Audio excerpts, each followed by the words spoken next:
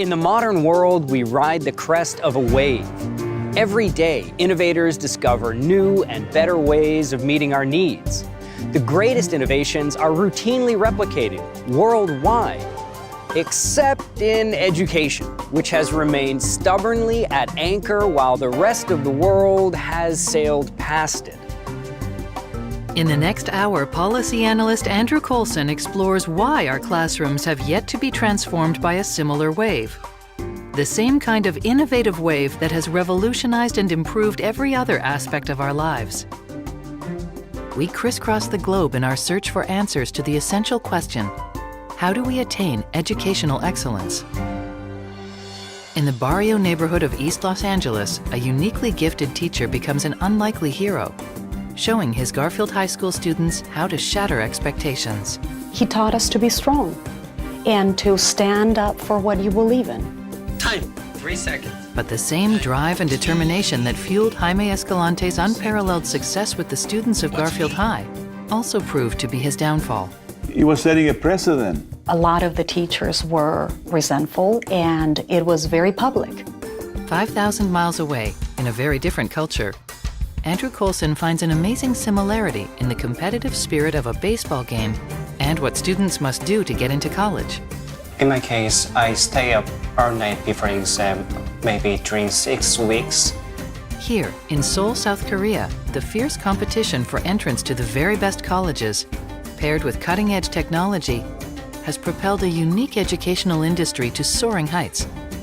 95% of all South Korean students attend intensive after-school tutoring sessions called hagwons.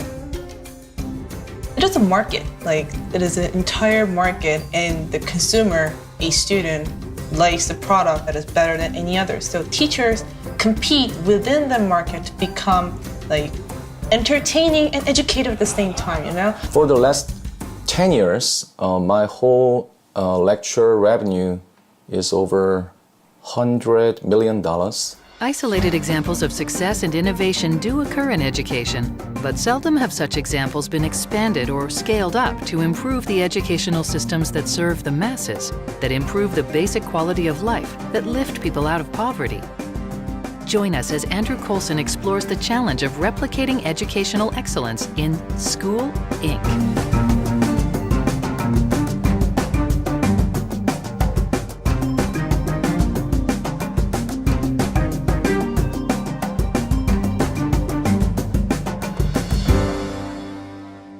Major funding for this program has been provided by Rosemarie and Jack R. Anderson Foundation, Prometheus Foundation. Additional funding was provided by Gleason Family Foundation, the Stephen Lana Hardy Foundation.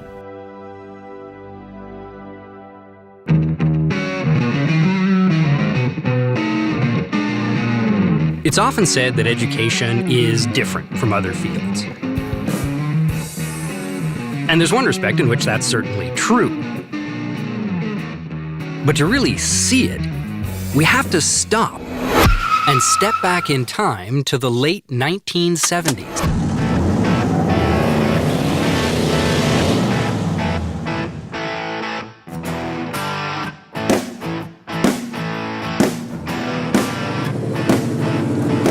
Recognize this? It's the original Sony Walkman, introduced in 1979, the first mainstream personal music player.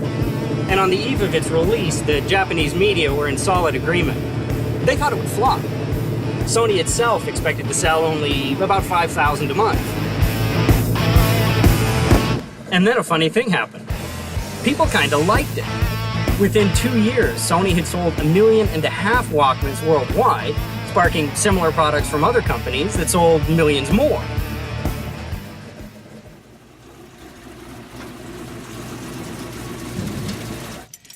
But that was just the beginning. Every year or two, new and improved models hit the market. To earn enough to buy the original Walkman, you had to work 2 weeks at a typical minimum wage job. And that was for lo-fi sound on cassettes you had to flip over every half an hour. What's really amazing about the rapid spread and improvement of personal audio players is that it isn't amazing at all.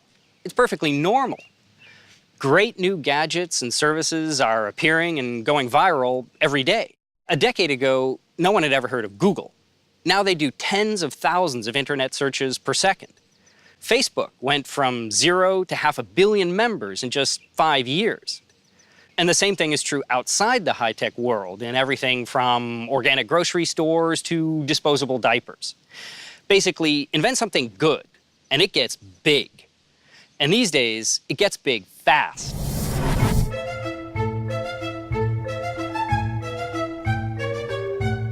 But of all the products we make and the services we provide, there's one that stands out as an exception to that overall pattern. One activity in which excellence doesn't spawn countless imitators or spread on a massive scale. And that exception is schooling. For generations, there hasn't been a single innovation in teaching that has transformed classrooms and improved student achievement worldwide. The closest thing to it can be found here, inside this 19th century schoolhouse. Let's have a look. And here it is, the blackboard.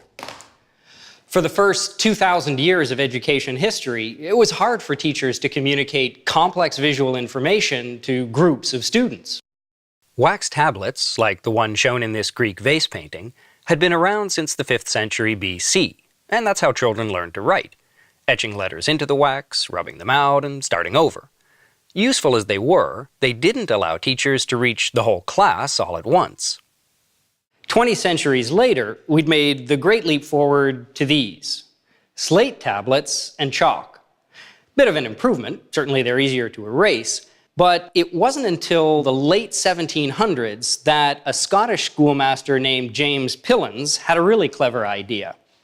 He took all of those tablets off of students' laps and he hung them together on the wall. Suddenly, every student could see exactly what Pillins was talking about at the same time.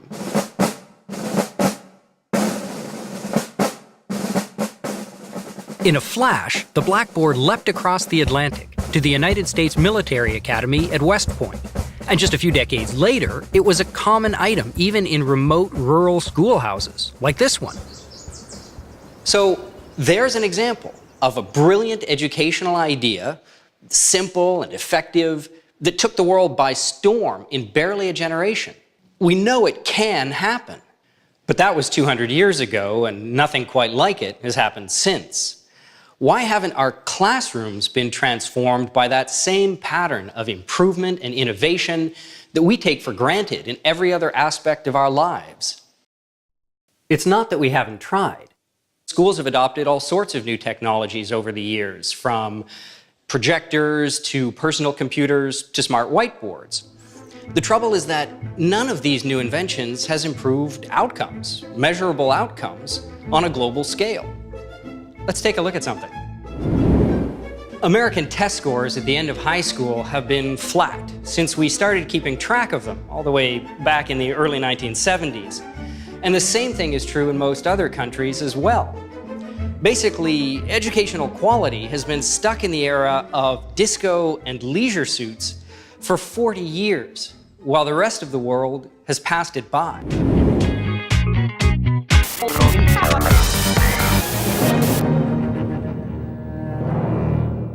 Classrooms and clothes look a little different now than they did back then, but we've changed the trappings of education without really improving the substance. The best schools haven't grown and taken over the less successful ones. The best teaching methods haven't been replicated on a mass scale. And while our top athletes and pop stars reach huge audiences, our greatest teachers seldom reach more than a few dozen kids at a time, despite all our technological advances. Why not? That's the question at the heart of this series. Why doesn't excellence scale up and spawn imitators in education, the way it does in other fields?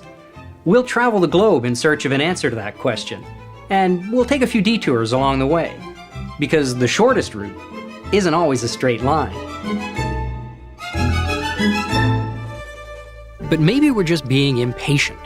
And if we wait a few years, education will catch up to the pace of progress in other fields. After all, the rapid spread of new technologies and ideas, that's an incredibly recent phenomenon, isn't it?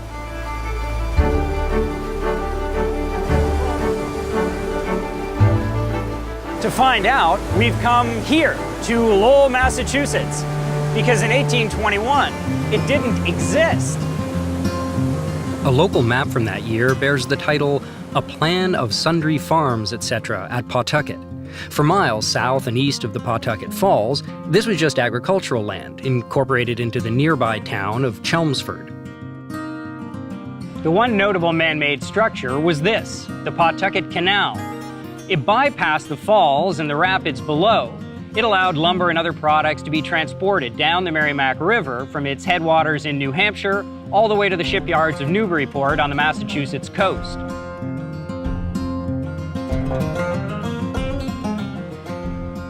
Completed in 1796, it was a pretty sweet racket, generating a steady revenue stream from its toll fees. At least it did until 1803, when a more popular competitor opened for business right next door. So the Pawtucket Canal lost its monopoly, and a lot of its business and revenue along with it. As a result, this whole area remained a rural backwater for a generation, population 200. Until, in 1821, something happened that changed all that. This! The owners of the Pawtucket Waterway sold their entire operation, lock, stock, and canal, to the Boston Manufacturing Company. Its founder, Francis Cabot Lowell, had studied textile factories while living in England. Studied a little more closely than their owners seemed to realize. And thanks to his, well, industrial espionage, Lowell was able to recreate a functioning mechanized mill just outside Boston. The machines were powered by belts connected to rotating shafts along the ceiling. Those shafts, in turn, were driven by a massive flywheel in the basement. And in the early 1800s, the way you got one of those great big flywheels up to speed was with one of these, the same kind of water wheel that had been driving grain mills in Europe since the Middle Ages. And that's why, after Francis Lowell's death, his partners brought his mechanized mill design to the Pawtucket Falls. It offered enough power to drive dozens of these wheels. Other entrepreneurs took a chance and followed their lead, and the newly incorporated town of Lowell quickly went from rural backwater to the biggest manufacturing center in North America. Their gamble paid off. Making cotton textiles in automated factories was faster, cheaper, and more precise than doing it by hand. So demand went through the roof. But there was a catch. In order to meet that demand, factory owners had to find thousands of workers willing to take on grueling 12-hour days and 6-day weeks. As it turned out, girls and young women flocked to fill these new factory jobs. In 1836, a mill girl named Hannah Wilson wrote to discourage her friend Mary from coming to Lowell in search of factory work. I think you're better off where you are, for there's more girls than you can shake a stick at the Lawrence Corporation. Holly Thompson has gone to doing housework at Doc Hubbard's. She cannot get in the factory nowhere in Lowell. Still, the mill owners couldn't rest on their laurels. In order to stay profitable and to stay ahead of the competition, they had to find new ways to boost productivity. And that's why the clever chaps at the Appleton Mill hired an eccentric, vegetarian, teetotaling engineer named Uriah Boyden. They asked Boyden to build them a couple of new improved water wheels. Nothing brilliant about that. The clever part was to promise Boyden that the more efficient those wheels turned out to be, the more he'd get paid. Well, with an incentive like that, Boyden did what any good engineer would do. He started by copying off the smartest kids in class. Boyden studied the latest French water power systems, called turbines, and then modified their intakes and outlets to bump up efficiency. His design performed so well that it blew the old technology out of the water. In the coming decades, mills around the country ripped out their medieval-style water wheels and replaced them with ever more efficient turbines. Productivity just kept rising, and the innovations behind it spread like wildfire. The cost of manufactured goods steadily fell while quality continued to improve. It was the dawn of the American Industrial Revolution. Which brings us back to the reason we visited Lowell in the first place. From our vantage point at the beginning of the 21st century, it certainly seems as though great new ideas and innovations were already scaling up 200 years ago, and that with the exception of the blackboard, education just wasn't keeping up. Not everyone required the benefit of historical hindsight to see that. One man in particular noticed it at the time. He was born in 1796, the same year that the Pawtucket Canal was completed. Became a lawyer, was elected to public office, and eventually served here in the Massachusetts State House as president of the Senate. His name was Horace Mann, and this is how he saw his state's fledgling public school system in 1837. As the system is now administered, if any improvement in principles or modes of teaching is discovered in one school, instead of being published to the world, it dies with the discoverer. Now, if a manufacturer discovers a new mode of applying water or steam power, the information flies over the country at once. The old machinery is discarded. The new is substituted. Sound familiar? Like us, Horace Mann was frustrated that the common schools, as public schools were then known, weren't enjoying the same spread of innovation that he was seeing happen all around him in places like Lowell. And so he resolved to do something about it, to find a way to make educational excellence go viral. In 1837, Mann closed his law practice, resigned his seat in the state legislature, and became the first head of the first state board of education in the country. From that position, he changed the course of American history. But to understand the plan that he came up with, we first have to understand what education was like during Mann's time.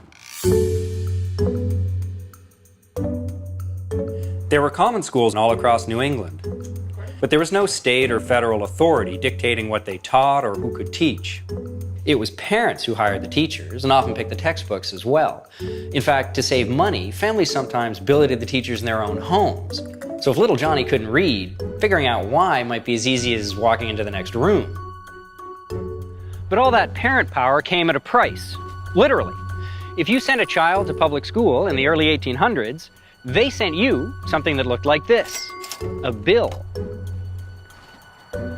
Local education taxes were levied so that the poorest students could attend at little or no charge, but everyone else was expected to pay tuition fees. In fact, half to two-thirds of common school budgets came from these fees. Since the public schools weren't giving education away for free, parents had an incentive to hop in the carriage and check out what the private sector competition had to offer. And they liked what they saw. Most students in the early American Republic attended private schools. Some of them were large academies enrolling hundreds of students, but many were also run by individual teachers. Anyone who wanted could put out a shingle and solicit paying pupils. And finding them was easy. You could just open up the local paper. Miss Boardman informs her friends and the public that her spring term for instructing young ladies and misses commenced on Monday, March 11th. Terms: for instruction in reading, orthography, chirography, arithmetic, geography, astronomy, English grammar, rhetoric, composition, history, and plain needlework. $8 per quarter. $8 for 3 months. Still, that wasn't pocket change in the 1820s and 30s, but there were teachers offering instruction for less than half that amount. There were also private school options for the poor with free and reduced price tuition. Those were run by mutual aid societies, religious groups, and tradesmen's guilds. And unlike today, many of the larger private academies received public subsidies, allowing them to reach a wider audience than they otherwise would have been able to. Competition helped too.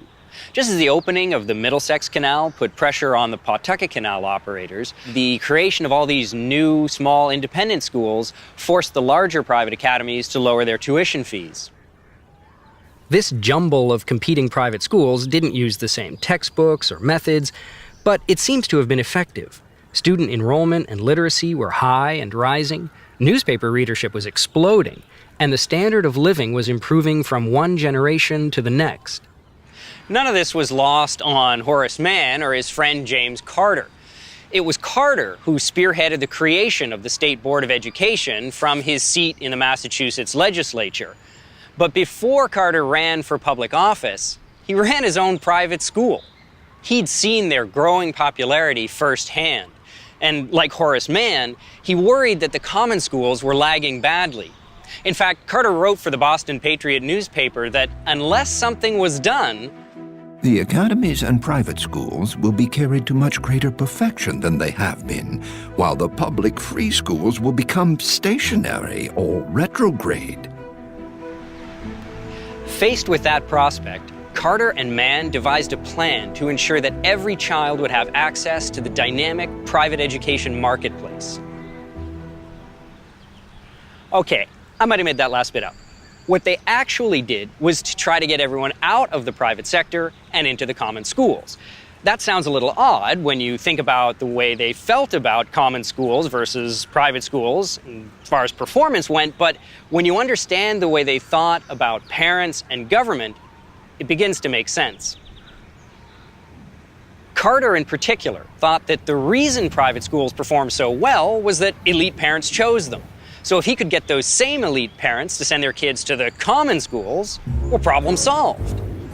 Much as they respected the educational decisions of the nation's elites, they had a pretty dim view of the average parent. Referring to young children, Carter had this to say: Their whole education, if it may be called by that name, is drawn from parental examples, which are not always the best, and are oftentimes the most corrupt.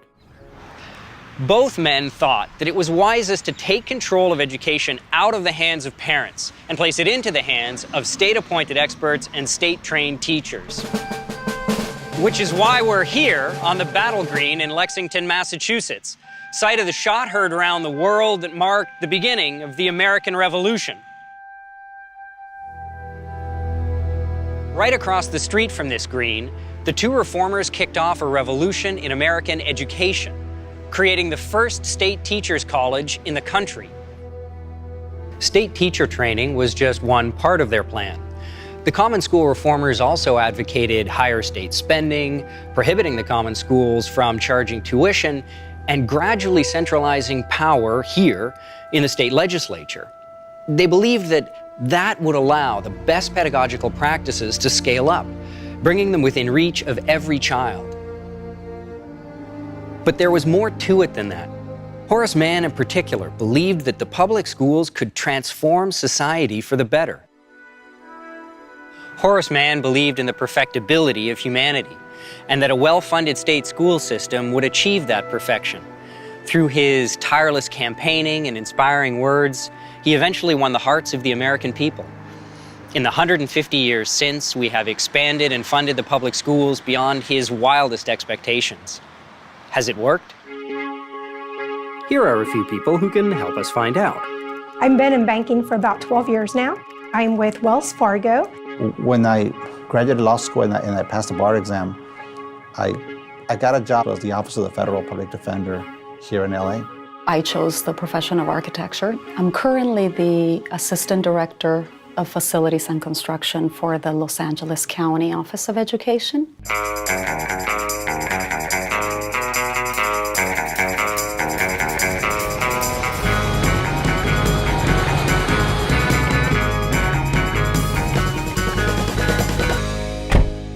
The people you've just seen have a lot in common. It's not just that they're all high achievers with successful careers.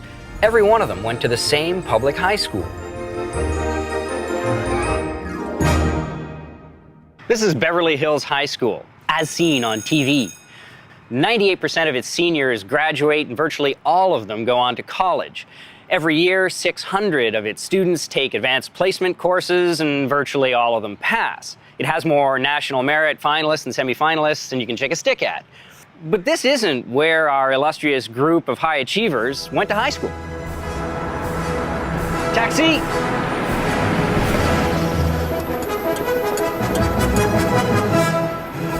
This is the real alma mater of our illustrious group, Garfield High in East LA. But in the late 80s, early 90s, there was something magical happening at Garfield High School. I came into the school in 1988. At the time, it was a 3-year high school. Garfield High School was a fantastic school while I was there. There were committed teachers, there were committed students, and committed parents. Up until the late 1970s, it was a pretty typical inner-city school. Test scores were poor, and the mostly low-income Latino students weren't even offered the most challenging courses. I would say most of the students in this particular school come from economically disadvantaged backgrounds.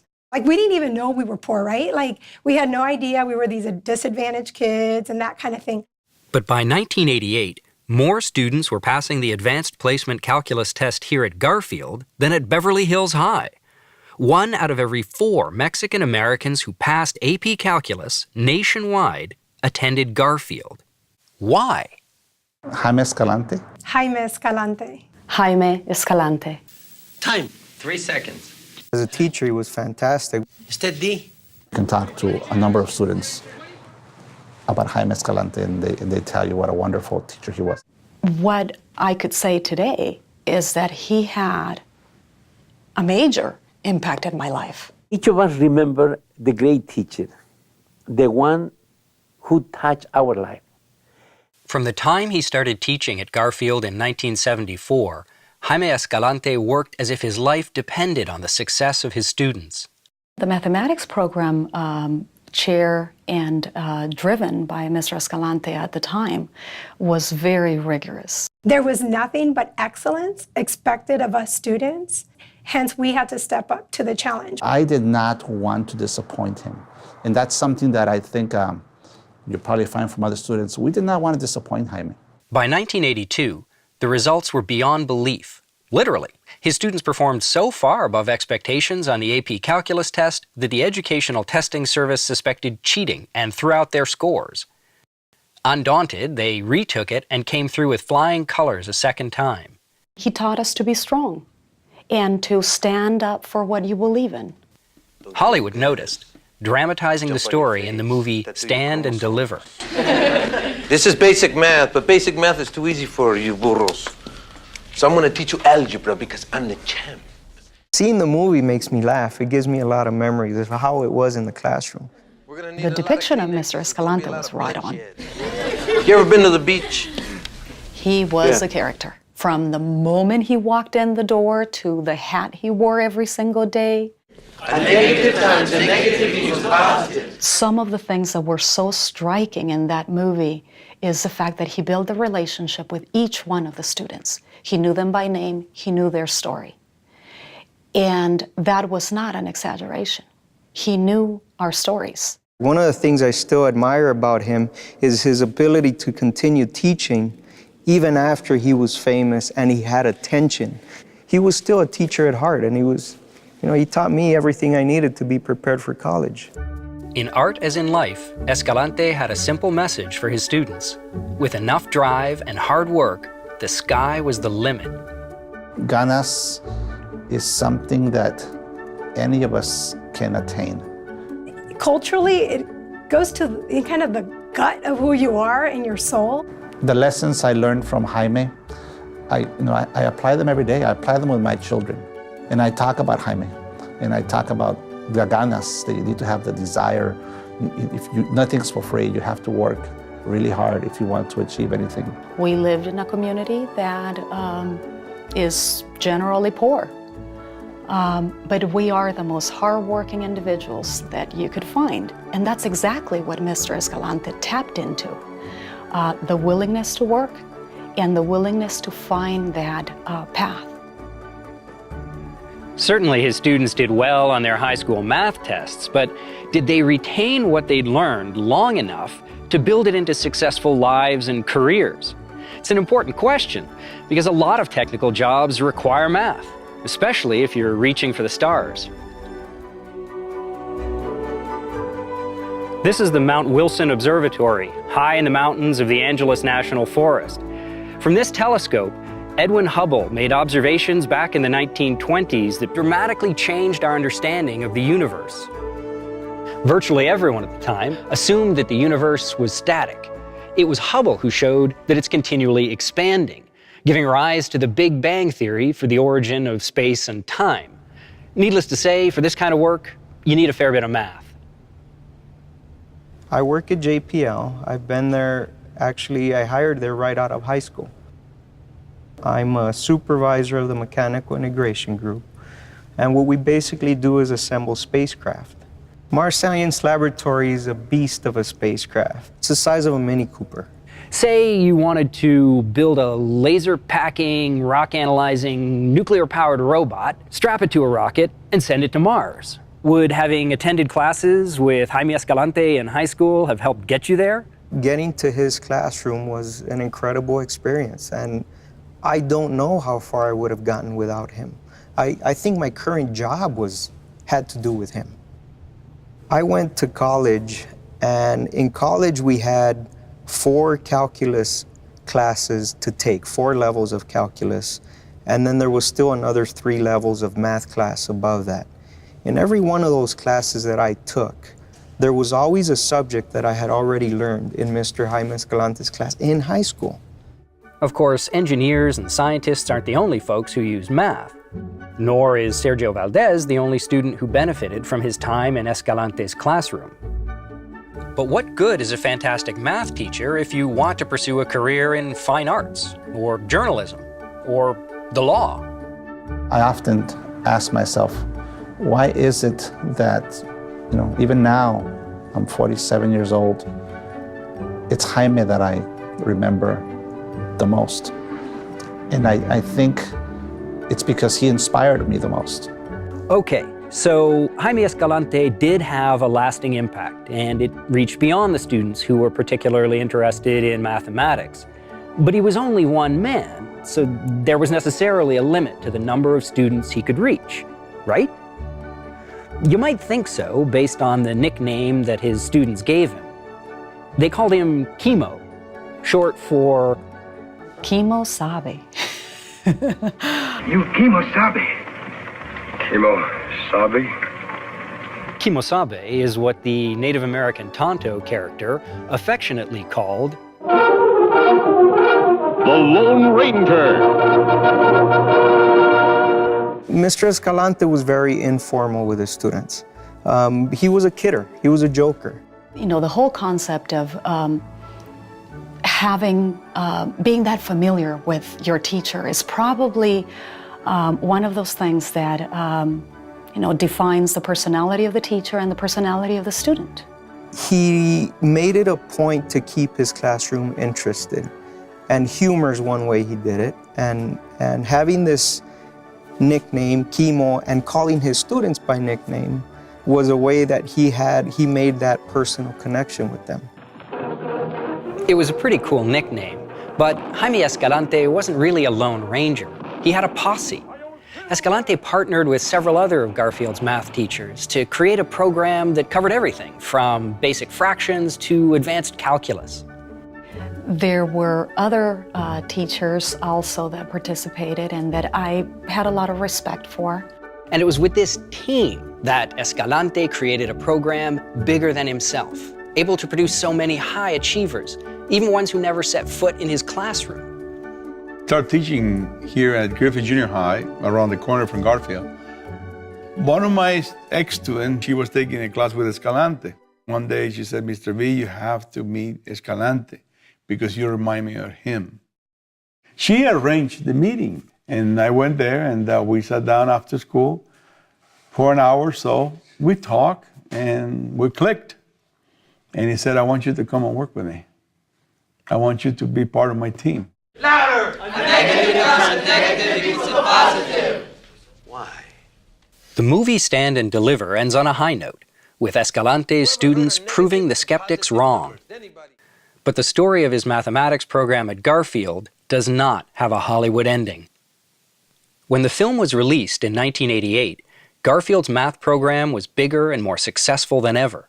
Before I came to Garfield, I had never heard of Mr. Jaime Escalante. But sure enough, as soon as you step foot on campus, you hear about Mr. Jaime Escalante and you hear about the math program. Every single week, there was a new film crew coming in. In any other field, we might expect this combination of success, scalability, and publicity to have catapulted Escalante to the top of his profession. Or like Hubble's expanding universe, to have spread all across the country. That just isn't what happened. My years were the years of controversy, where a lot of the teachers were resentful and it was very public. Jaime was a type of person that wouldn't settle for normal goals. He had big dreams, and he wasn't afraid to reach for them. You know, Jaime was relentless, and he wanted, the best for the students. The key problem was that Escalante's classes were big. The number of students in the class worked for him. He could handle it. He was setting a precedent. He was giving the message to the administrator, if Escalante can do it, why not you? The union helped Mr. Jimenez, who was the other calculus teacher, or helped him to believe that he could run as a chairperson and be the chairperson, which he did. And that was done, in the background. They hide it from Escalante. The union was able to get the votes to oust Escalante as chairman of the math department because his success and fame had started to arouse jealousy. Maybe they felt that he had too much power, too much attention given to him and his programs. And, I could see that happening. Jealousy and union opposition weren't the only problems Escalante faced. He also lost one of his key supporters with the departure of Principal Henry Gradias in 1987.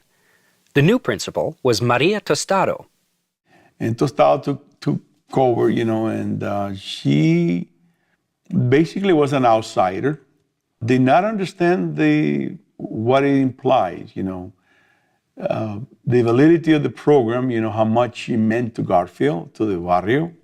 She did not apply herself to understand that that was the greatest gift the community had, and never treasured that. In 1991, demoted and resented by many of his colleagues, Escalante left Garfield High. I know that when he left, he did not leave in good terms, and to me, it was just tragic. It was just tragic because he was a good man. All Jaime Escalante ever wanted to do was to help us achieve our goals. And if there's anything wrong with that, I don't see it. It is very difficult for one person or two or three to make an impact that has that ripple effect. It was amazing stuff that we learned. 20 years later, I know schools have come a long way, but it was still a big challenge. It was still a big achievement. And I'm proud of having been part of that.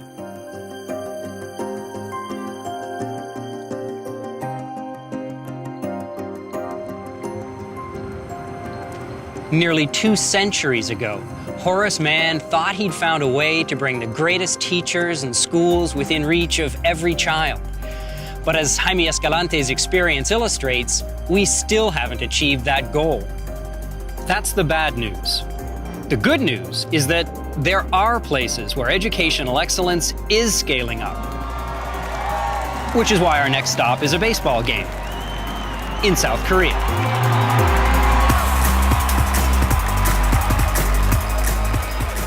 Baseball has one of the heaviest schedules in professional sports, but the Doosan Bears and the Next End Heroes are still giving it their all, despite the fact that this is a midweek game and the skies are threatening to open up any second.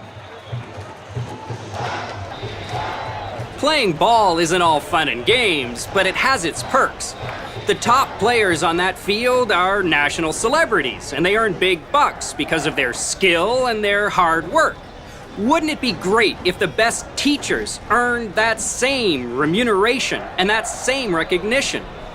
Well, here in Korea, they do. Okay, not exactly. The top teachers earn more than the highest paid professional baseball players. My whole lecture revenue is over $100 million. How is that possible? Well, it's an interesting story, and it reaches back 1,000 years.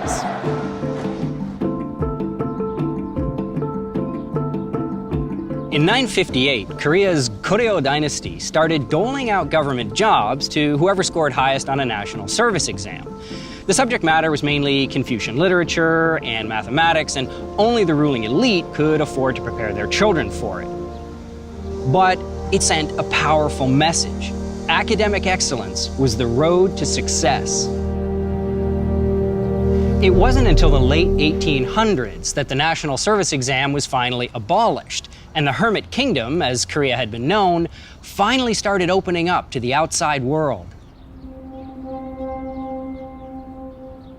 But before it got very far on the road to modernization, Korea suffered a 40-year occupation by Imperial Japan, and then the partitioning of the country after World War II, and another 3 years of war instigated by the Communist North. After all that, South Korea was in ruins. Illiteracy was high, the infrastructure had been destroyed, but the nation had two things going for it: economic freedom and the fervent belief that education was the path to prosperity. Schooling exploded, first elementary and then secondary, but the creation of colleges couldn't keep up. So, to ration those scarce college places, South Korea rekindled its ancient tradition, introducing a mandatory college entrance exam. Only this one focused on modern subjects and was genuinely open to all.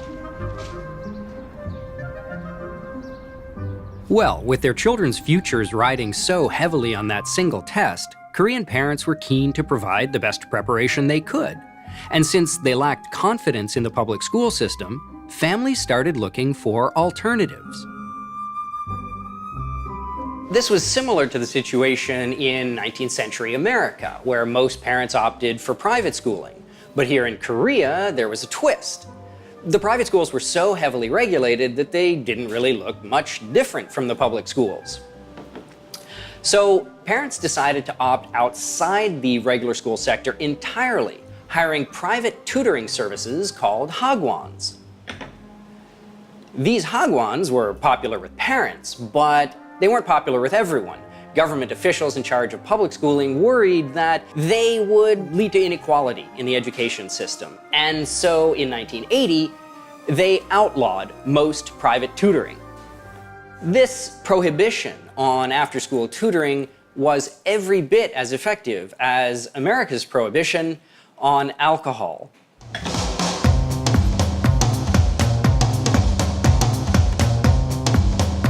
Instead of driving hagwons out of business, the ban drove them underground. They became illegal educational speakeasies, like the illicit drinking establishments of the Roaring '20s. The Korean government even offered cash rewards to anyone ratting out teachers engaged in extracurricular curricula. Despite all this, the private tutoring industry boomed. By the time the ban was struck down 20 years later, the number of hagwons had risen from 5,000 to more than 67,000. With the outright ban on hagwons overturned, the government resorted to a cap on fees, but this too was ruled unconstitutional. Not to be dissuaded, the government set a 10 p.m. curfew on hagwon lessons that remains in place to this day. In place, but not entirely effective.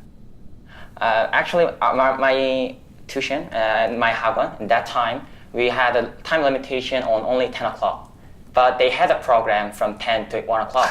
So what they did, we were studying at 10 o'clock, and we were in the night, we had to finish the lesson, and then they send us all into another restaurant just down below. And then when the police comes, right, they will check around whether this hagwon is ongoing or not. After they went back to their police station, they called us to the restaurant. Okay, now you can come out. Then we come out again, and we had a lesson. And also sometimes we were studying, but by the window, we see a policeman, then we turn off the lights. Then we wait for they across the road, then we again turn it on and we studied. It is illegal. However, parents want it. Do they ever? 95% of students have taken hagwon lessons by the time they leave high school. It's typical to attend after school several days a week, sometimes well past midnight. And according to one study, 3/4 of students prefer those Hagwon lessons to their regular school classes. Actually, I think the aim of Hagwon is helping us to get better grades from the school. And for me, actually, Hagwon helped me a lot. I've seen many students who sleep at school, like all subjects from morning 8 to afternoon to 5 p.m. They just sleep. And then when they go to Hagwon, their eyes are so sparkling and they're ready to study. And then they study till 2 o'clock. Of course it's that way. It's because Hagwons are customer-oriented. When students enroll in Hagwons, they are matched with classes based on their performance level. So it's possible to tailor the lessons to those specific students. But that's not the case for regular public schools, which means the highly advanced students and those who are far behind are in the same classes that aren't really suited to them. Public schools are divided by age in classes. I think that makes a big difference. And it's not the only difference. Schools are places students are required to attend, but they choose to come to Hagwons, so they have more affection toward them. That means they tend to pay closer attention in class, and because of that, it is so fun to teach these kids. Mr. Choi is a national star. A lot of students have fallen in love with his lectures. In the past, students from outside Seoul had to come take these classes during vacation. But as internet technology improved, kids got the opportunity to listen to great lectures in the comfort of their own homes. Actually, I'm not from Seoul, I'm from Daejeon, which there aren't really many celebrity teachers, so we have to take online courses. So me and my friends, and we'll be all watching the same teacher's education. I actually met one of them at Seoul train station, and me and my friends from back home were like excited and we wanted to take pictures. He was like a celebrity to us, and he actually helped me with the subjects that I did not really do well on. I teach around 1,000 students a year in person. As for online, it's around 10 or 15,000 students a year. Every online lecture has a demonstration lecture. Almost all students should see that first, and then they are free to choose. Online and in-person lectures, on average, over 100,000 students taking my lessons. It is a market, like it is an entire market, and the consumer, a student, likes the product that is better than any other. So teachers compete within the market to become like entertaining and educative at the same time, you know? I must study hard, even harder than my students. So the lecture is very enlivened and interesting and exciting. For online Hagwon teachers, if they deliver passionate lectures and give good service, many students will subscribe to their classes, and their earnings reflect that. For the last 10 years, my whole lecture revenue is over $100 million, and my share is $25 million. But at this point, the regular schools teachers, if they worked harder, there would be nothing. There could be nothing for their more efforts. Public high schools, the salary is seniority based, or seniority based age, right? The experience, and even though you teach very well, that usually you're not compensated for that. Not just in Korea, but also in America. There's nothing like that motivational compensation system. The best thing about teaching in Hagwons is the freedom it guarantees about everything, as long as I'm doing a good job. But at Hagwons, you must renew your contract every year. If the feedback and surveys from students are not good, you could be let go. It's a sort of carrot and stick approach. You could be let go, or you could be paid more. So Hagwon teachers have no choice but to develop themselves in the best ways they can. There is a book called Professor Farnsworth's Explanations in Biology. It left a lasting impression on me. In that book, he says that everybody has a natural instinct to share what they know. To be able to share the things that you know and get paid for doing that is actually a miracle. The same freedoms and incentives that are driving the success of Hagwons have also created what people call the miracle of the Han River. Korea's rise in barely 2 generations from a war-torn ruin to, well, this.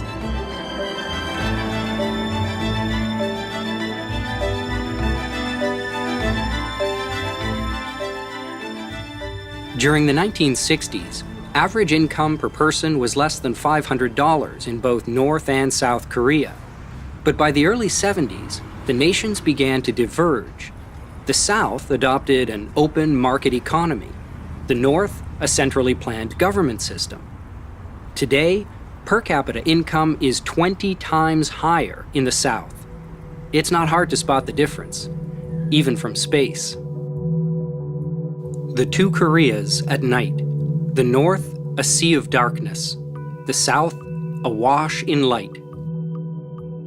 South Korea's new wealth has spawned a proliferation of colleges. This view of Seoul is from the top of the classic 500 building, which itself was built by a university foundation. But though there are now enough college places for everyone, the high-stakes university entrance exam remains, and the competition to score well and attend a top-ranked college is fierce. It's fair to say that Korea's combination of hiring practices, high-stakes exams, and intense education culture have combined to make life pretty tough for students. In my case, I stay up all night before exam, maybe during 6 weeks, so I got under pressure a lot. Traditionally in Korea, the educational level of a person has played a crucial role in determining his or her status in society. You know, everything is measured by which college you enter. This is not good system. So I think definitely we have too much pressure, right? That's true. Actually, I find this deeply troubling. I feel that the kids are suffering in this system that is created by adults. And yet other students seem to take the academic pressure in stride. If I look back, I think it was not all just study. You know, I had fun with my friends studying, and I kind of enjoyed it. And I wanted to do more to, succeed and do better. And I liked learning. So I think not all Koreans are like, I don't want everyone to pity the Korean students because we study a lot. Sometimes we kind of enjoy it because we are doing it for ourselves. And it's hard to undo a 1,000-year tradition. But there are signs of change. For one, businesses are finally starting to look beyond elite college degrees when sifting through their applicants' resumes. In the past, big companies, they were kind of lazy. So they just depend on the screening device. But now they realize that maybe good managers, good employees may not directly have to do with the college diploma. Korea's challenge is to find a way of easing the pressure on its students while building on the key strength of its Hagwon sector, the ability to bring top teachers within reach of a massive audience. Our challenge is to figure out how they do it. Could it have something to do with the freedoms and incentives of Korea's tutoring sector?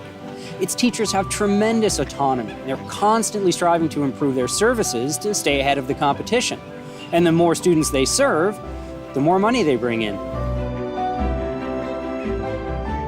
All of that's also true of private schools back here in the United States. So if that's the recipe for replicating excellence, we'd expect to see the same kind of growth among US private schools. Do we? Let's find out.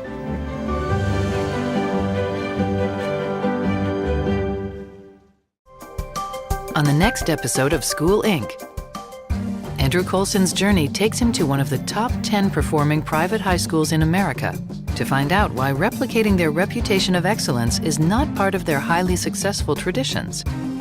In Austin, Texas, he visits a remarkable charter school system where scaling up and expansion has become a source of community pride. And Coulson visits Chile to ask, What could winemaking and education possibly have in common?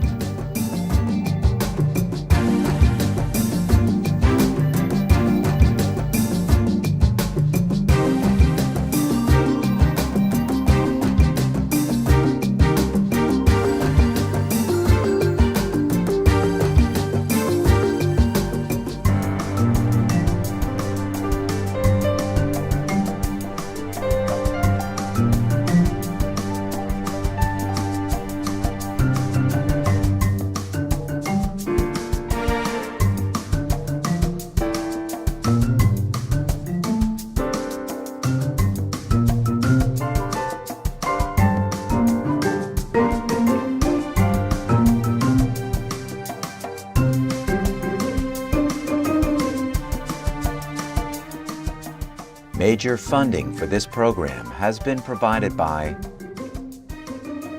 Rosemarie and Jack R. Anderson Foundation, Prometheus Foundation. Additional funding was provided by Gleason Family Foundation, the Stephen Lana Hardy Foundation. School Inc. is available on DVD. For more information or to order a DVD of this program, call 1-800-876-8930 or visit www.freetochoose.net.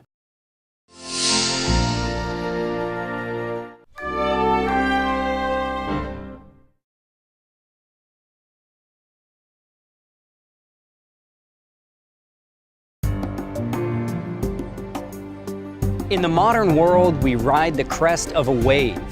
Every day, innovators discover new and better ways of meeting our needs. The greatest innovations are routinely replicated worldwide, except in education, which has remained stubbornly at anchor while the rest of the world has sailed past it. The pace of that modern life seems to provide an almost endless number of choices, some of which can have a far-reaching impact. This seems to be especially true in American public school. But what about independent private schools? In private schools, you have more autonomy and flexibility. Creativity is valued. At one U.S. high school, the melding of modern trends and traditional methods has clearly resulted in educational excellence.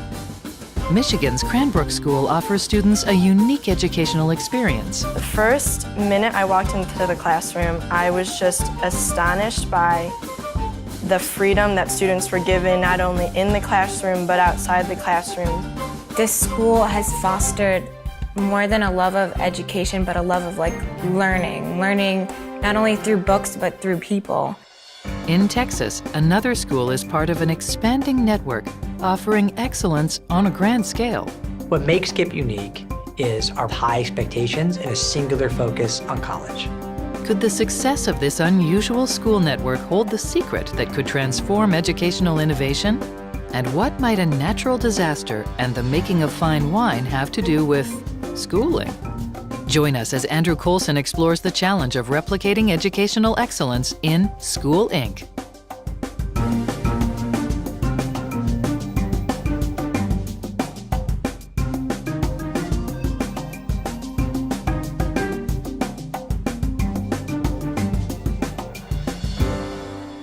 Major funding for this program has been provided by Rosemarie and Jack R. Anderson Foundation, Prometheus Foundation. Additional funding was provided by Gleason Family Foundation, the Stephen Lana Hardy Foundation.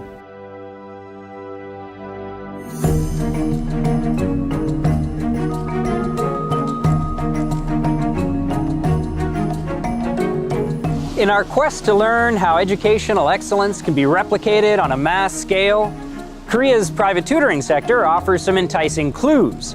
Its top teachers reach tens or even hundreds of thousands of students. We just have to figure out how they do it. And as long as we're playing detective, it makes sense to look for the means, motive, and opportunity driving that growth. Could it be as simple as choice for families, competition for schools, and freedom for educators? If so, we'd expect to see the same kind of growth among U.S. private schools. College prep schools in particular seem like a prime suspect. They're chosen by parents, and since many accept boarding students, they're in competition with each other nationwide. And in one respect, many prep schools have reached enormous proportions, their physical size. This, for instance, is the 315-acre campus of the Cranbrook Schools here in Bloomfield, Michigan. But despite their often spacious grounds, most prep schools serve only a few hundred students. Cranbrook is among the largest, enrolling roughly 1,700 pupils when its lower, middle, and upper schools are taken together. Clearly, there's some missing ingredient, something that Korea's tutoring sector enjoys that America's prep schools lack. But what? The people that are in the competitive market with us, each are going to offer something unique that fits each individual. I can't imagine that one school could fit every need. We happen to have a place that I think works well for a lot of people. I come from a family of educators, and most of my family works in public schools. But I felt in private schools, you have more autonomy and flexibility. Creativity is valued, and so the practice of teaching is, at least for me, easier in an independent school. That's the essence of what I think is a very important differentiator in terms of education. The freedom to hire faculty who you feel will be a good match to the mission of the school and its philosophy. I always think about how this place started as farmland, and an analogy for me is, how land is cultivated to produce and to yield, its bounty. And working in the classroom with the students here, you're very much able to do that. You are cultivating learners, you are cultivating artists, you are cultivating scientists, you are working with these young people. Right, we've got an Institute of Science right here, and that staff will make themselves available for getting into the planetarium to give an astronomy class a unique view of retrograde motion of Mars, for example. Prep schools generally do well on traditional measures of educational outcomes: test scores, graduation rates, matriculation to selective colleges. But we have to put those outcomes in context. These schools are academically selective, so how can we tell how much of their success is due to effective teaching and how much to the bright, highly advantaged students they happen to enroll? One way is to see how students' performance changes from the time they are admitted to their graduating year. The bigger the gain, the greater the school's contribution is likely to be. That contribution varies from one school to the next, but in some cases, like Cranbrook's, it seems to be substantial. Another way to gauge school quality is just ask students themselves. The first minute I walked into the classroom, I was just astonished by the freedom that students were given, not only in the classroom, but outside the classrooms, and just the level of trust between the students and the teachers, and how there's so much respect given to the teachers and also so much respect returned. For one of my classes, it deals with the Art Institute. Also with the sculptures on campus, we have so many sculptures, so many statues. And so once a week, usually the teacher takes us outside on a mini adventure. It's great. One side of it is the faculty, which I personally think are fantastic. They're obviously well educated on their subjects. But I think the other side is being surrounded by, kids who are intellectually curious. This school has fostered more than a love of education, but a love of learning not only through books, but through people. No single school is right for every child, but this one seems well-liked by its students and academically effective. It's easy to see why parents might want to send their children here.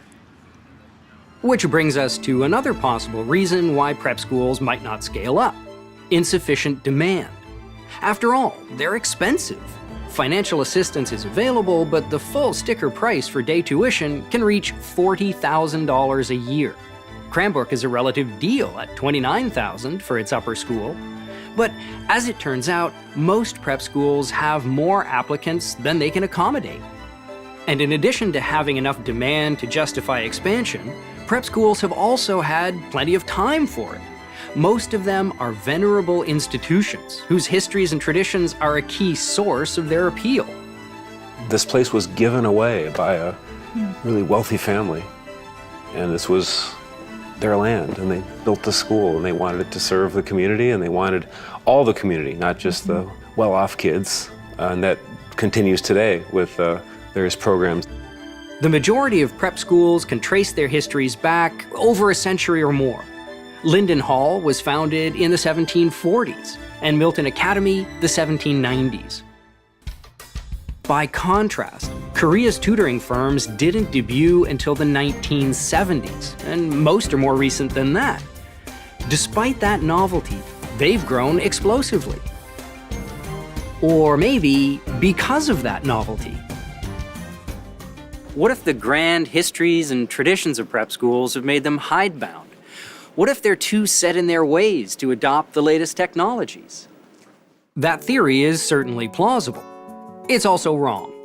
Prep schools have begun to use internet video to reach students beyond their own campuses. The same technology used by Korean tutors to reach tens or even hundreds of thousands of students. But prep schools use it a little differently. We were among the founding schools of the Global Online Academy. It brings us the capacity to offer our faculty to classrooms far beyond the Midwest. We have students now who are in our own Global Online classrooms here at school, who are in classrooms alongside of students in Hawaii, in Jordan, in Malaysia. Our belief is that online learning will never fill the space that bricks and mortar education holds. We are centrally committed to the presence of faculty and students in one space. We believe that there is no substitute for a student and a faculty being able to sit on two sides of a log and musing. So prep schools have the quality, demand, technology, and time to grow into national networks. They just don't. We're running out of plausible explanations here, so let's turn to a counterintuitive one. What if they just can't afford it? That may seem unlikely given the substantial fees they charge, but tuition actually fails to cover their full operating costs. Virtually all prep schools raise additional funding for their operating budgets from annual donations. Maybe there just isn't anything left over for expansion. Unfortunately, that explanation doesn't hold water either. In addition to their revenue from annual giving, most prep schools also have large endowments. Over $200 million in the case of Cranbrook schools and $1 billion in the case of Phillips Exeter in New Hampshire. And yet, the best endowed prep schools don't invest their endowments in national expansion. Why not? One answer is that it would be difficult to preserve the character of these institutions beyond their original locations. Because our campus is so unique and because the campus is so much embedded as part of the curriculum, that it would be difficult to duplicate that experience and still call it Cranbrook. But that just begs a deeper question. Why is the focus on sustaining a particular experience rather than on reaching a wider audience? It might have something to do with the reasons people donate to these schools in the first place. Many times it's based on their own experience, meaning the donors are our alumni. And so based on the alumni's experience, they want to be able to give back to the institution, which helped them, nurtured them, supported them. So even if their donations could theoretically finance a major expansion, that's generally not what they're for. What we've learned, in other words, is that Sherlock Holmes and friends have it right. It's not enough to find a suspect with the means and the opportunity. They also have to have the motive. And America's prestigious prep schools, though they have many wonderful qualities, simply don't have a motive to scale up. They're striving to perpetuate beloved traditions, not to start national franchises. Which raises an interesting question. What would happen if someone did deliberately set out to replicate educational excellence? That's not a hypothetical question. In fact, it's fairly easy to answer because there already is a large and growing category of schools that philanthropists are trying to scale up. Charter schools. Charters are public schools that are freed from some of the rules and red tape that apply to their regular district-run counterparts. They have more control over what they teach, what methods they use, and how they measure student achievement.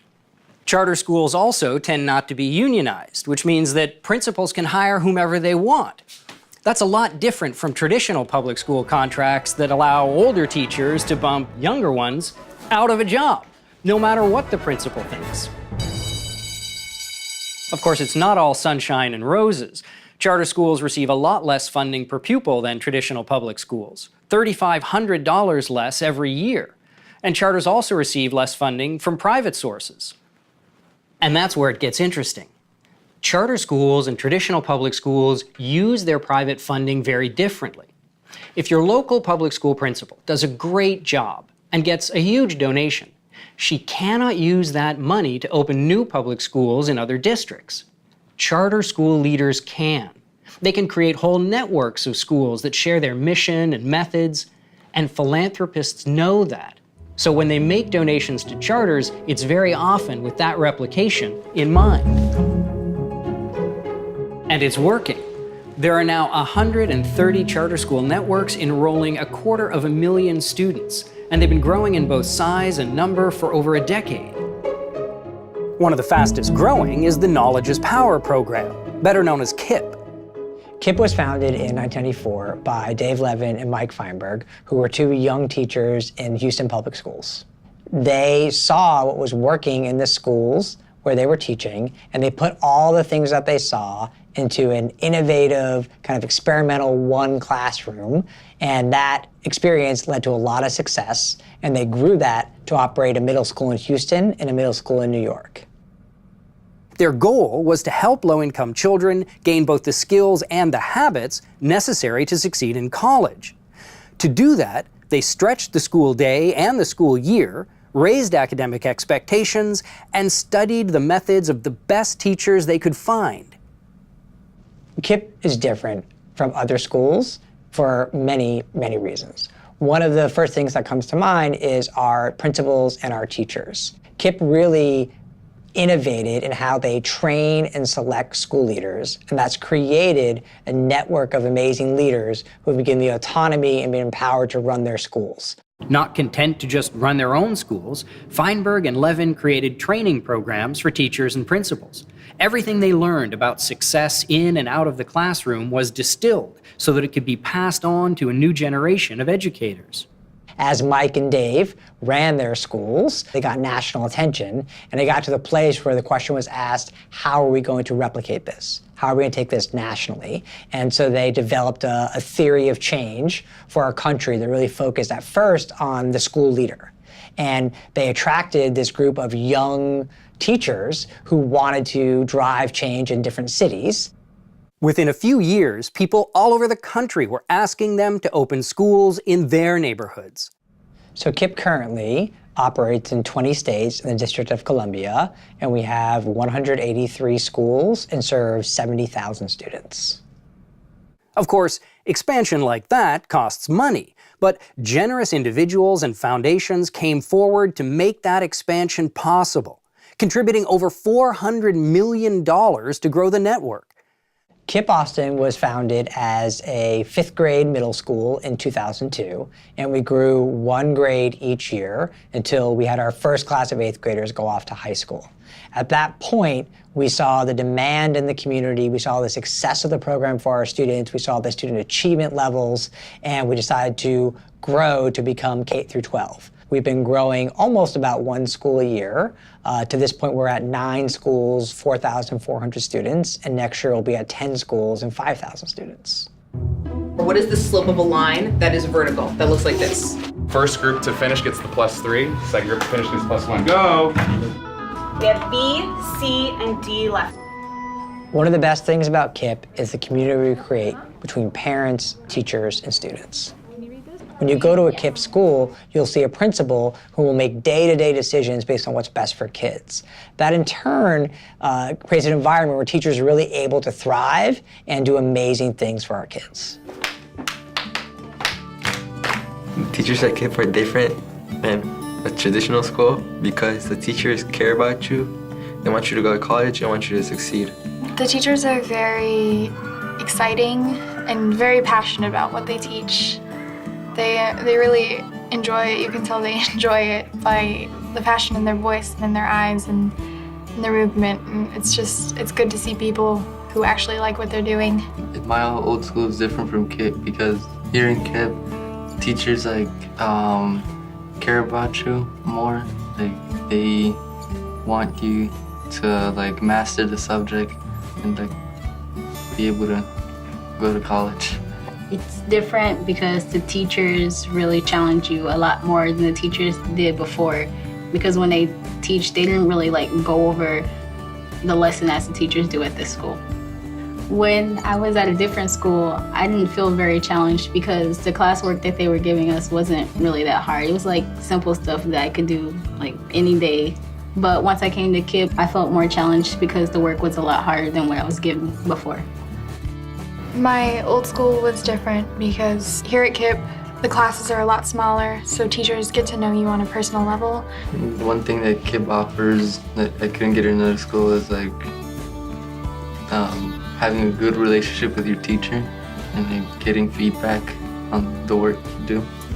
I think KIPP is challenging because they give you hard subjects, but then you when the teachers teach you, you can understand it better and you can master it. Are they succeeding? A recent Stanford University study compared charter school networks, both to each other and to traditional public schools. They found that students are learning more at KIPP. The differences aren't large, but they appear in both mathematics and reading. And other researchers have found similar positive results. So now that we've made sure that we have the terminology ready to be able to actually... At KIPP, we believe that all children deserve an exemplary public education. Our mission is to get students to and through college. So regardless of whether our student's an elementary student, a middle school child, or a high school student, we're focused on college, and you see it from their first day. When a kindergartner will enroll at KIPP Austin, one of the first numbers they'll learn is the year they'll go to college. And they'll soon be called the class of 2023 or the class of 2025. They'll visit colleges starting all the way in elementary school, all the way through their high school. One thing that KIPP offers that you can't get in another school is all of the information about college and all of the focus towards college. KIPP is different from the school I went to before because KIPP has pushed us more to focus onto college. It has boosted my standards of college that I wanted to go to, way higher than I had before. After I graduate, I would either to attend Stanford, Harvard, Princeton, or Yale and study chemistry, physics. Once I finish going to school at KIPP, I am planning on going to college. I'm not sure where yet, but I would like to major in language interpretation and translation. I would like to study environmental science and music. What makes KIPP unique is our high expectations and a singular focus on college. Our mission is to get students to and through college.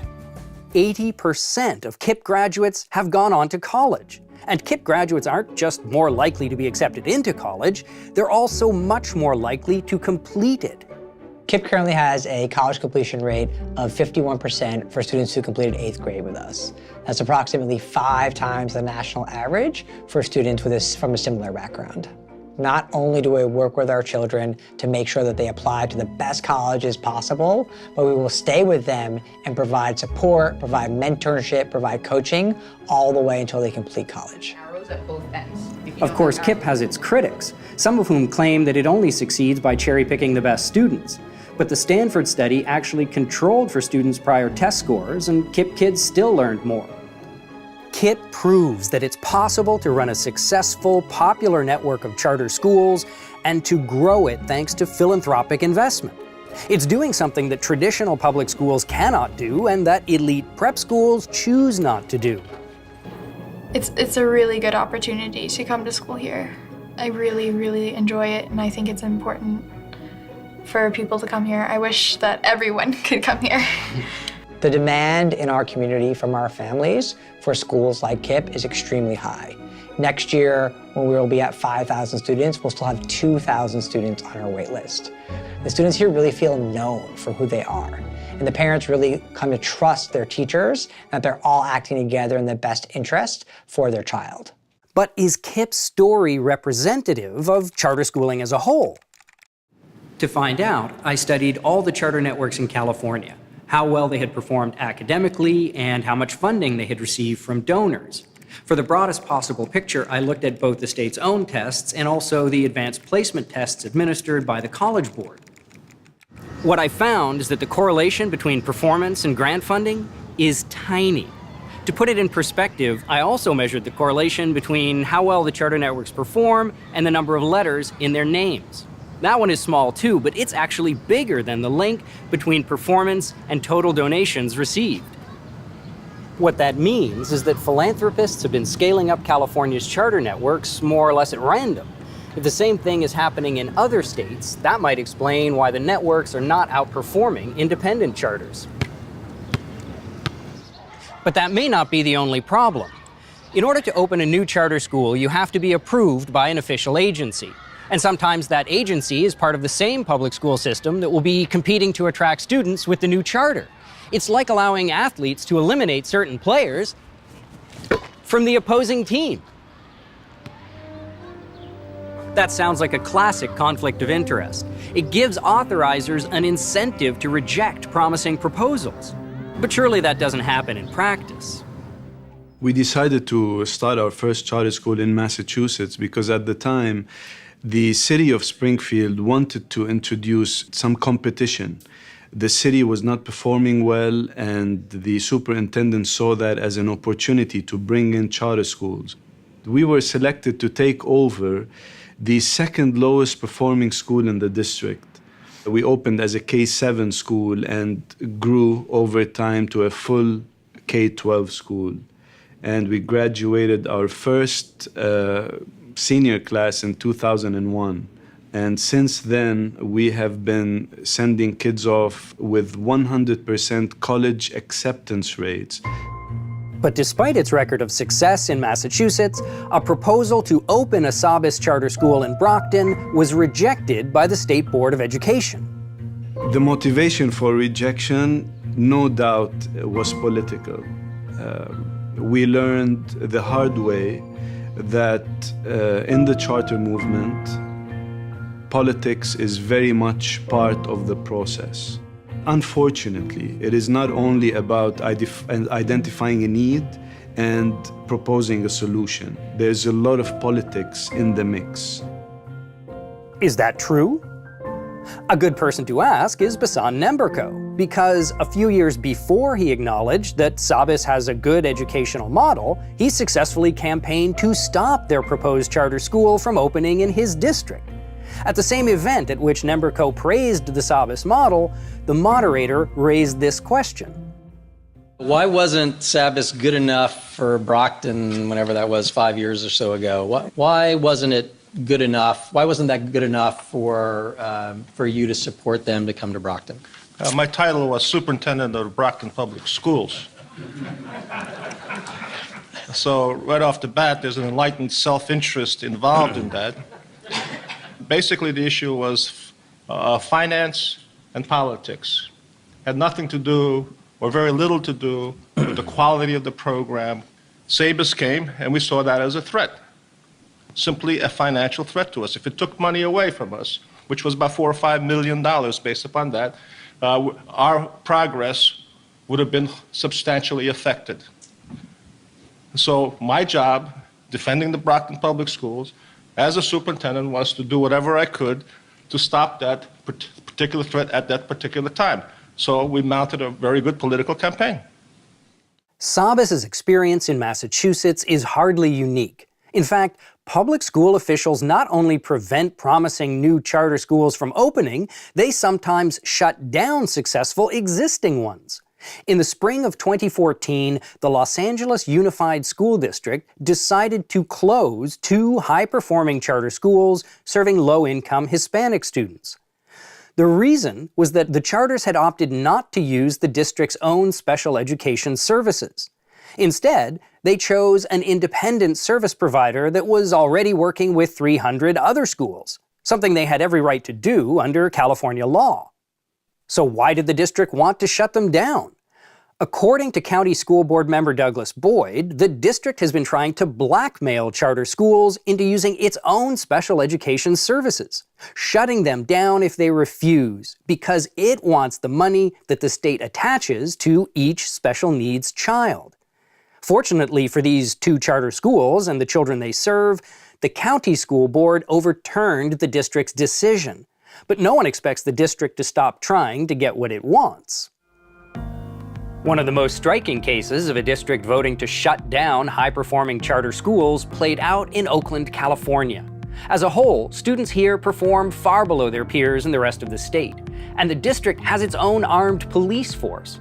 But over the course of a decade, one of Oakland's worst schools was gradually turned into the highest-scoring school in California. It's called the American Indian Public Charter School.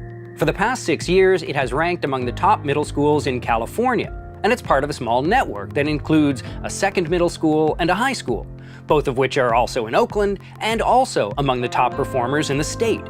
And that's not because of their demographics. Every racial, ethnic, and socioeconomic subgroup of students at these schools easily outperforms its statewide peers, and all of them beat the average for wealthier white students. The high school has topped the Washington Post's list of the nation's best. All of its students take advanced placement courses, and they score remarkably well on the year-end tests administered by the College Board. How do they do it? The fact that the high school classes and the 8th grade classes too can be so productive, that's entirely predicated on what happens in 6th grade. That's where it's the roughest adjustment. So we get kids from neighboring, elementary schools. They come in, and I think it's a shock to them their first 3 weeks, maybe month and a half. And it's about acclimation, and it's about this is how you conduct yourself at this school. There's a student contract, there's a code of conduct for students, and the parents and students are required to review it and sign it prior to applying. And it helps because the students know exactly what's expected. When I came here in the 7th grade, I was failing. So yeah, it was really hard for me to get used to it. It was just a really big transition because the school that I went to, they actually gave me a textbook and put us in the back of the classroom to learn and teach ourselves. I've actually experienced some of this. I'm a tutor at the downtown campus, and I usually do one-on-one sessions with some of the students that are struggling. And most of the students that I've tutored actually just transfer in from different schools. Some of them are like at a 4th or 5th grade level, where they should be at a 9th or 10th grade level. I was nervous going into 7th grade because I knew I was going to be getting new students. There's just a lot to catch up to in terms of like the workload, just the school culture, and then just, behavioral adjustments. But because the core group of students that I'd had since the beginning of 6th grade was so well behaved, new students just kind of adjust. In some schools, children may not try adjusting because the teachers don't try. If they don't do a couple of assignments, the teacher won't mind because that's just one less for the teacher to grade. But I think at this school it's more, they're not like attacking, but they're more on you and what you do.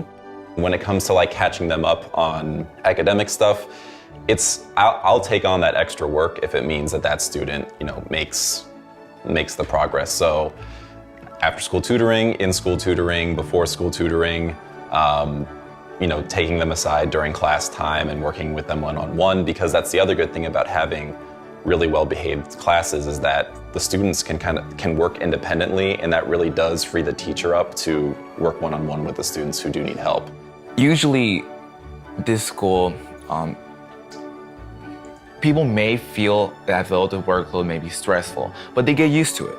And the fact that our school creates a sense of community, that sense of community in itself motivates us. The thing that keeps the school together is definitely the teachers.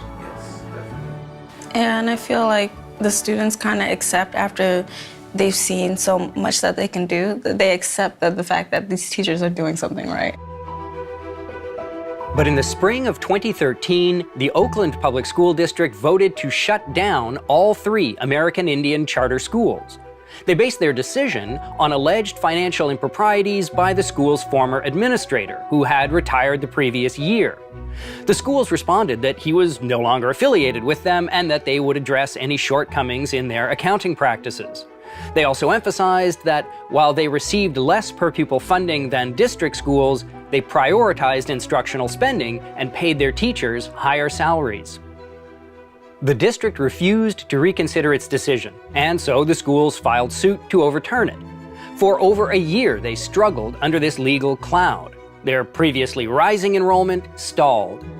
Finally, in the summer of 2014, a state court ruled that the district had broken California law in deciding to close the schools because it had not given enough weight to their students' academic success. That sort of opposition would certainly stifle the growth of good charter schools, but it doesn't seem to be a problem here in New Orleans, where support for charter schooling spiked in the wake of Hurricane Katrina.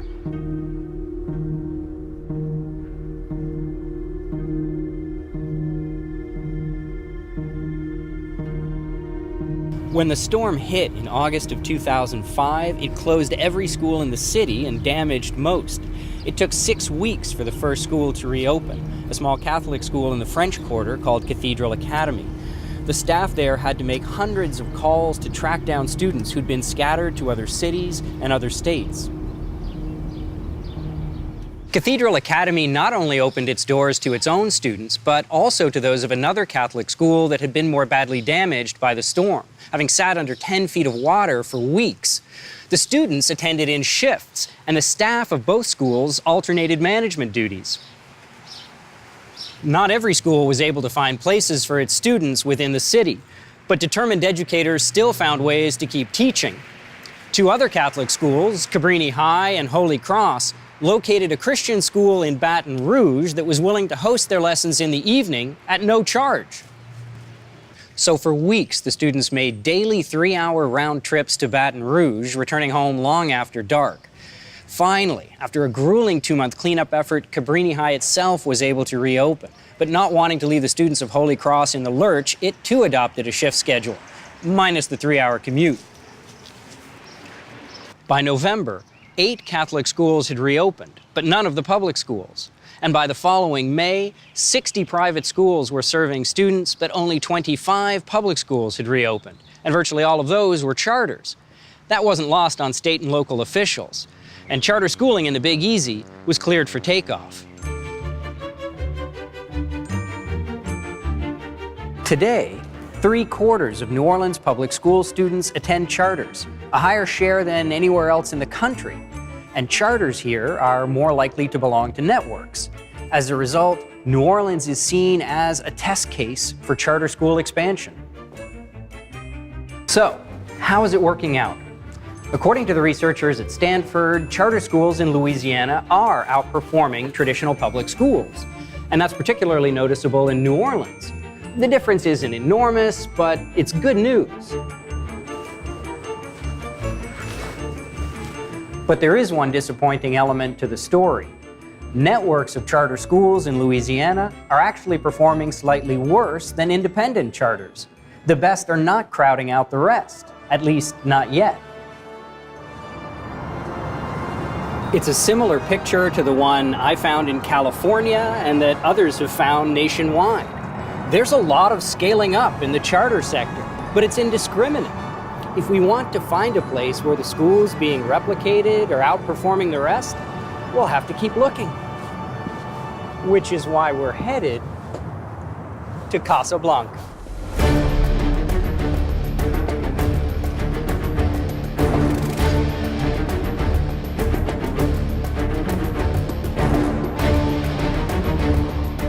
No, not that Casablanca. Because you're getting on that plane. Welcome to the Casablanca Valley, just outside Santiago, Chile. We haven't come here for the waters, or even the wines. Su vino, señor. Oh, thank you very much. We haven't come here just for the wines, but as long as we're here... Winemaking in Chile goes back almost 500 years, but in 1938, the government capped wine production, restricted the creation of new vineyards, and outlawed the importation of foreign machinery.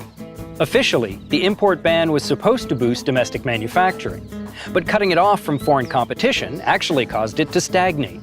In the meantime, European vintners developed ever-improving wine presses, fermentation tanks, and bottling systems, virtually none of which made it to Chile. With so little consumer choice and competition, winemakers could put pretty much anything in a jug and sell it. At least they could until trade barriers were slashed in the 1970s. Suddenly, Chileans had access to wines from all over the world, which they promptly ignored in favor of newly available soft drinks and beer. Wine consumption fell off a cliff. That put Chile's wineries in a bind. Their domestic market dried up, and they couldn't export what they'd been making because it just wasn't good enough. For a few years, the industry was badly shaken. But then it stirred. With the trade barriers gone, Chileans could finally import the latest equipment, and new players could easily enter the marketplace. Even foreign investors were allowed to come to Chile to start joint ventures or launch labels of their own. One of those new labels was Le Pastole, founded by the makers of Grand Marnier liqueur and Chateau de Sancerre wines. Companies like Le Pastole didn't just bring a lot of foreign dollars into Chile, they also brought the knowledge of how to run a cutting-edge wine business. Some of that know-how is evident in the construction of Le Pastole's Clos Alto winery. Half of the 6-story building is underground for temperature control, and the wine flows from one floor to the next by gravity, eliminating the need for pumps. After the final barrel stage, the wine is bottled and shipped to 60 different countries around the world. In 2008, several of those bottles wound up in blind tastings by the Wine Spectator. Apparently the dump buckets didn't see a lot of use that day because Clos Alto was named the #1 wine in the world for the money. But the knowledge of how to make good wines at competitive prices didn't stay locked up in the vaults of foreign producers. It was contagious. As soon as these high-tech operations arrived around 1980, their techniques began to be copied. That international cross-pollination has spawned a whole new generation of wineries. So over the last quarter century, both the scale and the quality of Chilean winemaking rose dramatically. But what does that have to do with education? Well, just after Chile opened up its wine industry to consumer choice and competition, it did the same thing for schools.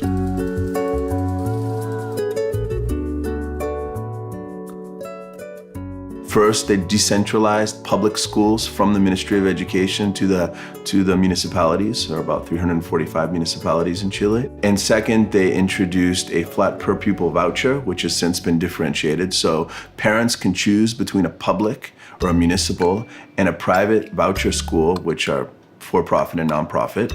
And the per pupil voucher follows the student to the school. The voucher is differentiated by a student's socioeconomic background characteristics. So when a school enrolls a low-income student, the school receives approximately 60 to 80% more per pupil than if they enroll a student from the middle class or upper middle class. So, what did all those reforms accomplish? Did opening up the marketplace do as much for education as it did for the wine industry? Chile spends about $2,000 per pupil in primary and secondary school. It's more than most Latin American countries spend. And Chile spends about 1/6 of what they spend in the United States per pupil in K-12. Chile outperforms all other Latin American countries that participate in the international tests, and Chile is the country that has showed the most improvement on the most recent PISA tests. Between 2000 and 2009, Chile's overall quality has showed the most improvement. In 1990, about half of Chileans lived under the poverty line. Today, it's less than 15%. Many people here and around the world have noticed these improvements, but not everyone is impressed. Large-scale student protests erupted in 2011, led most visibly by a college geography major named Camila Vallejo. Now a Communist Party congresswoman, Vallejo's central demand was that the government provide universal, free access to college. But the protesters also called for changes in Chile's system of elementary and secondary education. They demanded a moratorium or an outright ban on the creation of new private voucher schools, a ban on co-payments by parents, a ban on for-profit voucher schools, replacing local control of public schools with nationwide central planning, and even an end to school choice itself in favor of mandatory student assignment to schools by the government. Chile's young protesters believe that their nation's education system is shortchanging low-income families. According to Camila Vallejo, children who are born poor will receive a poor education and continue to be poor. But Chile's education outcome gaps between the rich and poor are actually smaller than those in most other Latin American countries, in some cases the smallest in the entire region. And Chile's education gaps are shrinking because the students at the low end of the performance range are improving faster than those at the top. Chile's improvement is mainly explained by the improvement of the lower income students. So there's been a closing of the achievement gap over the last 10 years. And this is reflected on international tests and also on national tests. Another way to measure educational outcomes is the number of years of schooling that students complete, called educational attainment. By that measure, Chile has the lowest level of educational inequality of any country in Latin America. As for income inequality, it is high in all developing countries, but that's been shrinking in Chile too. And several teams of researchers have attributed the improvement, in part, to its system of public and private school choice, which just happens to have been introduced during the 1980s, under the military dictatorship of Augusto Pinochet. And there's the rub. Regardless of its success, Chile's education system is tainted in many people's eyes because it was favored by a brutal dictator. That's understandable. But should we condemn something solely because it appealed to a tyrant? Here comes a car. Okay, now watch me. I'm going to use number 1. Keep your eye on that thumb, baby, and see what happens.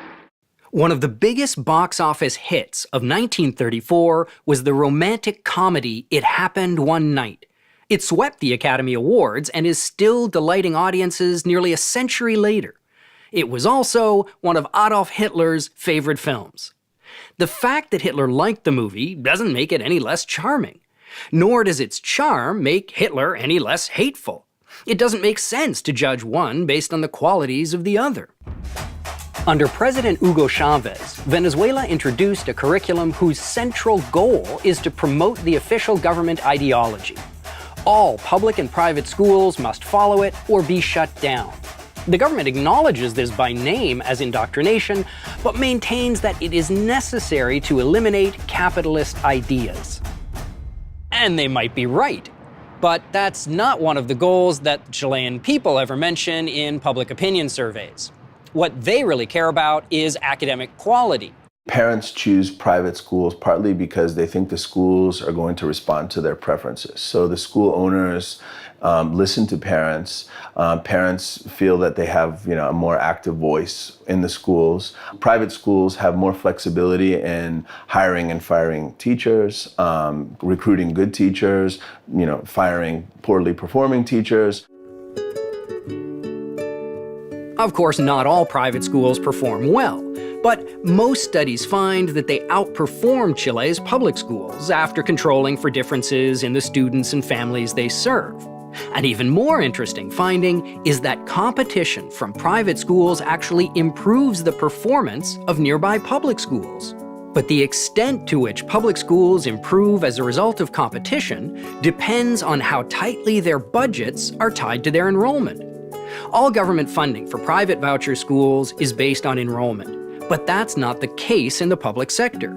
In some municipalities, public schools are given substantial extra funding regardless of the number of students they serve. When that happens, those public schools don't improve as much in response to growing competition. Makes sense. They don't have to improve to remain financially viable. A second crucial discovery researchers have made about Chile is that chains of private schools have a large advantage over independent mom-and-pop schools. On top of that, the larger school networks perform even better than the smaller ones. Successful private schools grow. This is a very key difference between the public-run system and the private-run system. In a privately run school, what we would do is take advantage of that opportunity and we will expand the school. We will invest to grow.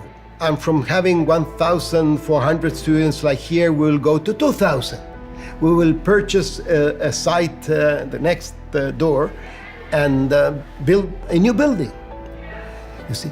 But in the case of a public-run school, who might be interested in something like that? The principal doesn't have the money, the scope, he cannot influence, that runs through another system. But this doesn't mean that the public run don't do anything. You know what they do? The good teachers from those schools start giving private lessons. So large schools like the Instituto Nacional, which is a famous public school, we should ask ourselves, how come don't we have 30 Institutos Nacionales all over the country, all over the Santiago? Because you don't have the incentives. The people who have developed and conserved and run the Instituto Nacional don't have the incentives to duplicate the Instituto Nacional, but they do duplicate their personal earnings by giving private lessons. But the research on the role of incentives and entrepreneurship has not been widely discussed in Chile. The public conversation here has been dominated by the demands of the country's young protesters. And since the protesters helped to bring the current government to power, its policies naturally reflect their views. In the spring of 2014, the Chilean government proposed banning tuition co-payments by parents, re-centralizing control over public schools at the national level, and outlawing for-profit private voucher schools. Not everyone thinks that these ideas have been carefully thought through. People will feel the impact if they do ban for-profit schools. 1/3 of families send their children to for-profit schools. If they ban for-profit schools, 1 million students are going to have to find a new school. And I think it's unfortunate because I think really what we need to be doing is focusing on guaranteeing access to high-quality schools, improving the quality of our teaching force, and other reforms that are going to are much more likely to have an impact on improving the quality and equity of our school system. However, I think that when the politicians start to talk about banning for-profit schools, if you talk to school owners, they stop investing. They think that they're going to lose their school. We had the plan to develop and build many schools, but as you probably know, the public politics and orientations in Chile are not moving in that direction. It's moving in the direction of more public schools. We have some sites already selected to build new schools, but we have decided not to. It's very hard for nonprofits to get loans from the bank to kind of expand operations. So nonprofit schools that don't belong to like a religious organization or a large foundation run by a wealthy individual, it's very hard for them to actually get money for the bank and expand their operations. Basically, the school's owner that you interviewed is right. Therefore, we have uncertainty. Obviously, it's not just happening to this school's owner, but also to all the school owners around the country. We're waiting for the new policies to see if they are going to keep investing. Logically, if the current policies change, the owners are going to stop working and they are going to start selling schools. In fact, there are cases where that is already happening. We can still hope that Chile won't abandon the policies that have brought it such academic and economic success, but even if it does, it has already taught the world a great deal about replicating educational excellence. What makes Chile so exciting is that its most successful educators are building networks of schools, and the better they are, the bigger they grow. Professional freedom, consumer choice, and competition are having the same beneficial effect in education as in winemaking. The catch is that the increasingly uncertain future of Chile's parental choice program is discouraging the growth of school networks. And we're still left with a couple of nagging questions. Why do growth and quality go hand in hand in Chile? And even if we figure that out, how do we know that model could be replicated in other countries? One way to answer those questions would be to find that model working in a totally different place. Maybe somewhere like...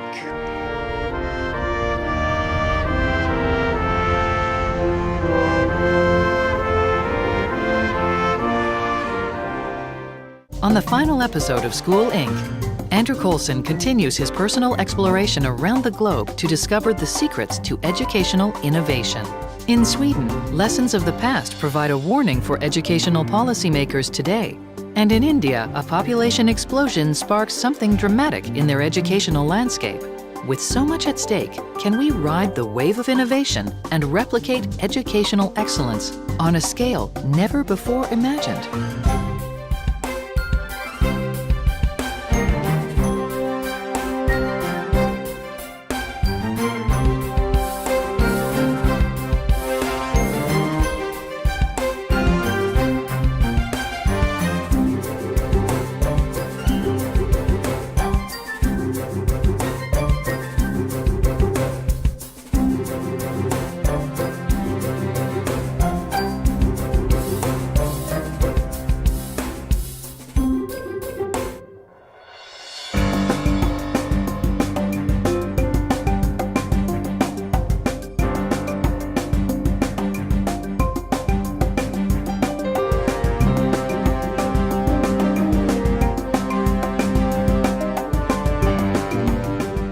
Major funding for this program has been provided by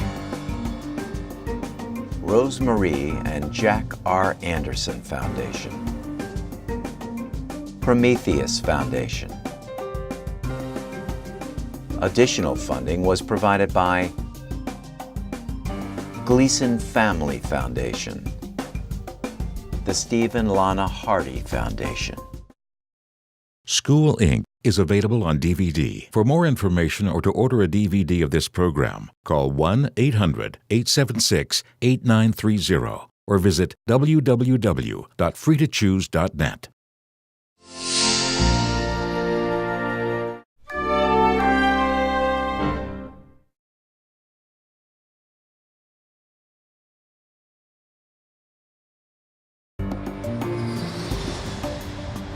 In the modern world, we ride the crest of a wave.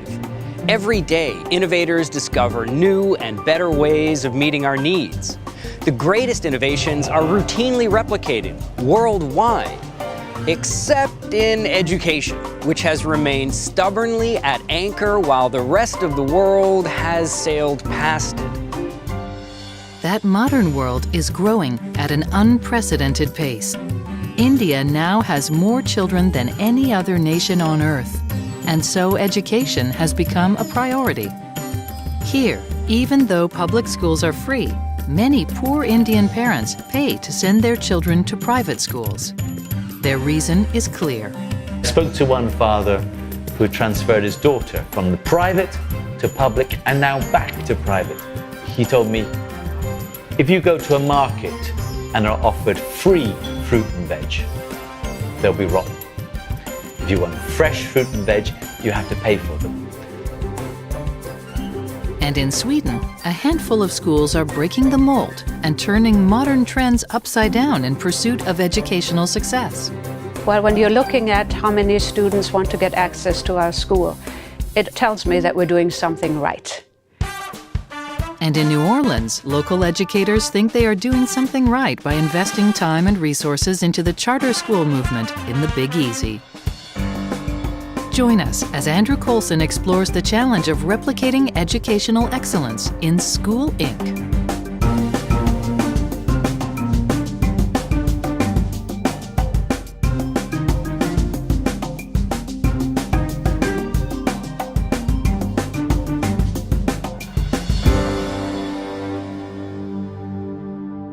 Major funding for this program has been provided by Rosemarie and Jack R. Anderson Foundation, Prometheus Foundation. Additional funding was provided by Gleason Family Foundation, the Stephen Lana Hardy Foundation. Here in Chile, 30 years after the passage of a national school voucher system, students outperform those in all other Latin American countries, and private schools remain a vital part of the system. But what appears to have worked in Chile may not work elsewhere. There is one other place where we can see it working. Sweden! 10 years after Chile reformed its education system, Sweden followed suit.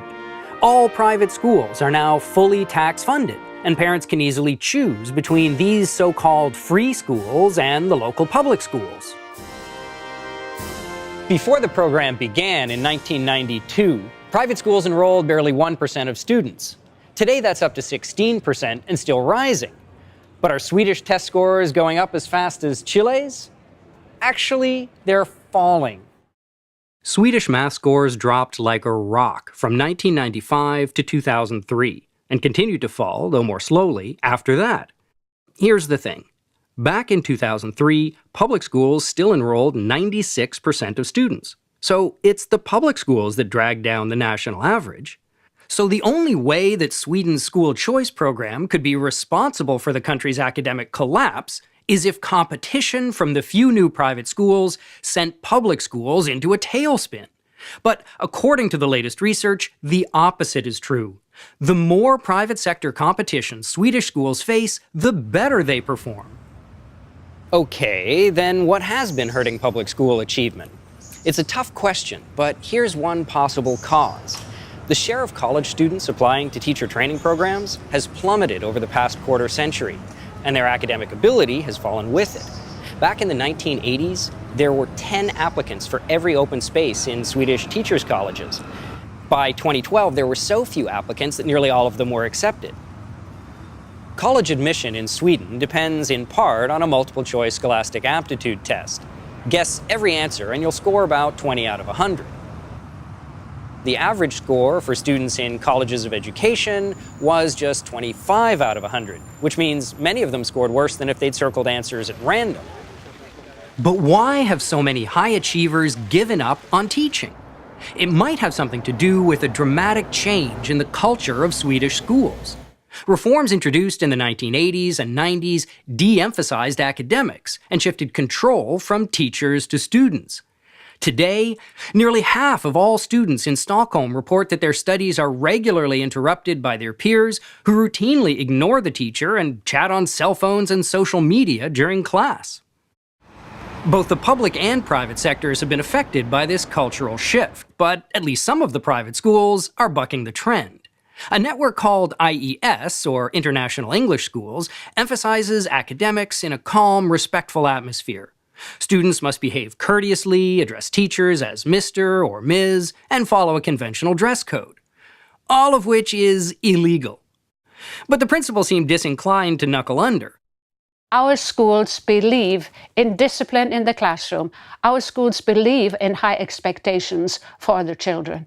I say to our principals, we stand up for who we are. We tell the parents this is what we expect. We talk to the students also. This is what we expect from you. This is, after all, a workplace. And after all, you have a choice. If you don't like our rules, there are places where you don't have to abide by rules. Founded in 1993, IES now operates 24 schools serving nearly 18,000 students, with an additional 30,000 still on its waiting list. When you're looking at how many students want to get access to our school, it tells me that we're doing something right, that we have the right people in place. Given that success, I asked Barbara Bergstrom if she thought the government should require other schools to emulate IES's methods. I don't think so, because I believe it's the choice that people are having. That's important. What we do is of great interest to a segment of the population. It's not one size fits all. I think the issue of choice is the most significant one. And Swedish parents have a lot of choices. Another of the country's popular chains, Kunskapsskolan, takes an entirely different educational approach. So we organise our subjects into steps and themes, and all the steps and themes are found on the Learning Portal. And the Learning Portal is accessible to students, teachers and parents. You can use it on any device, from an iPad or a smartphone, or from home, anywhere you are. So you can study French on the bus if you want to. Kunskapsskolan's individualized model gives students considerable autonomy, but it doesn't leave them unsupervised. As a teacher, I have 3 roles in Kunskapsskolan. I'm a subject teacher, I'm a general teacher, I'm there for all the students, and also I'm a personal coach. And I meet every student for 50 minutes a week. I think that our flexible way of organising time and our space gives me more room to create the different kinds of sessions that I think my students need. Like IES, Kunskapsskolan is expanding, even internationally. We have in Sweden about 40 schools and about 10,000 students. We started in London 3 years ago, and in London we are now running 5 schools. We are growing at the pace where we can keep quality. IES and Kunskapsskolan could hardly be more different pedagogically, but both are well liked by the families they serve and academically successful. And if neither model appeals, there are hundreds of other independent schools to choose from. But here again, not every good school grows. This is Individual High School. It scores well academically, its students regularly win awards, and it has a very illustrious list of alumni, a list crowned by Her Royal Highness Crown Princess Victoria. But like a typical American prep school, it has never grown beyond a single location. And the fact that it's now part of Sweden's school choice program hasn't changed that. Why do some great schools add new locations in response to rising demand, while others don't? Is there even a pattern? Well, I've got good news and bad news. The good news is that there is a pattern, and it's incredibly simple. Yay! There's a single feature that separates independent schools that scale up from those that don't. The bad news is that that feature is the profit motive. Here's the thing. Lots of people don't like the idea of for-profit education. And if it isn't widely accepted, it won't be widely adopted.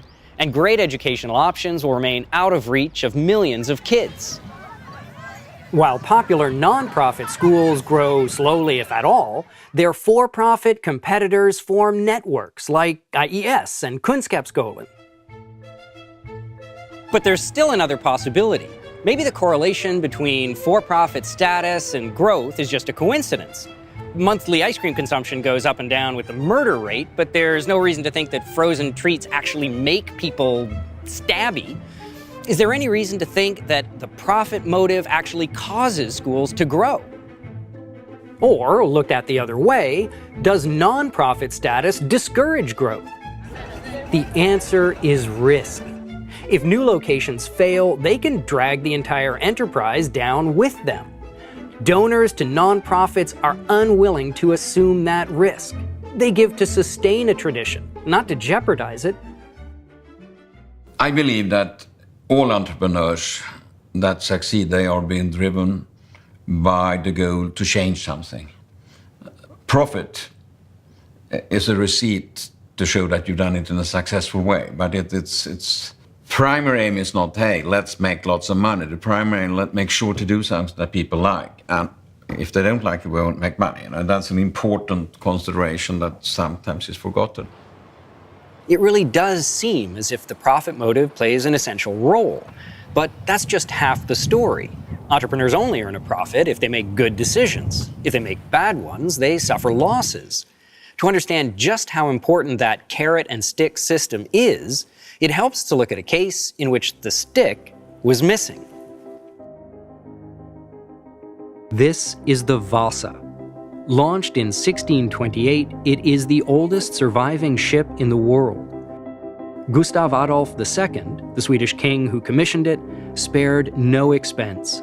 It ended up costing almost 5% of the entire Swedish national income. Construction lasted over 2 years, and just a few months before the Vasa's launch, it was subjected to a routine stability test. 30 crewmen lined up on one side of the deck, and then they ran back and forth across it in unison. But after just 3 iterations, the admiral overseeing the test called it off because it seemed the Vasa was about to capsize. Naturally, the ship was redesigned and retested before being put into service. Didn't happen. Actually, the Vasa was launched as is, and on its maiden voyage, it sailed 1,200 meters into Stockholm Harbor, heeled over, and sank, killing about 50 of its crew. That crew, of course, did not include the admiral. He made his bad call from the safety of the shoreline. Entrepreneurs, on the other hand, go down with the ship. And that puts a limit on the amount of risk they're willing to take. It also limits the amount of damage they can do if they're completely clueless. Companies that consistently make bad decisions continually suffer losses until they run out of money and credit and fail. And when decision makers don't pay for their mistakes, they have less incentive to make well-informed decisions. That's what led to the disastrous launch of the Vasa. The shipwright only had experience working with a single gun deck. The king decided he needed 2. His Majesty also called for more and heavier cannons and masses of elaborate oak carvings, all of which made the ship less stable by raising its center of gravity. Which raises an important question. Was it really wise of the king to substitute his preferences for the judgment of the shipwright? We might well ask the Swedish government the same question today with regard to schools. They aren't telling educators they need more cannons or oak carvings, yet, but they are telling them how and even if they can do their jobs. For example, the government forbids teachers from grading their students' work until they've reached middle school. It has also begun requiring all private schools to hire the graduates of its official teacher training programs, even though everyone admits that these programs are attracting the country's weakest college students. The government even prevents new private schools from opening in places where it thinks they would attract too many students, outcompeting the local public schools. In these and other ways, the Swedish government imposes its own decisions on schools without having nearly as much at stake in the outcomes as the educators who actually run them. Like King Gustav Adolf and his admiral, the government officials are making their calls from the safety of the shoreline. Standing next to Sweden's most famous preventable disaster, it's hard not to think that history is about to repeat itself. If there were no regulations at all, wouldn't some private schools try to take advantage of families? And wouldn't the most likely victims be children whose parents had little schooling themselves? If so, we'd be most likely to see it in a place where private schools are serving a relatively disadvantaged population. I know just where to look.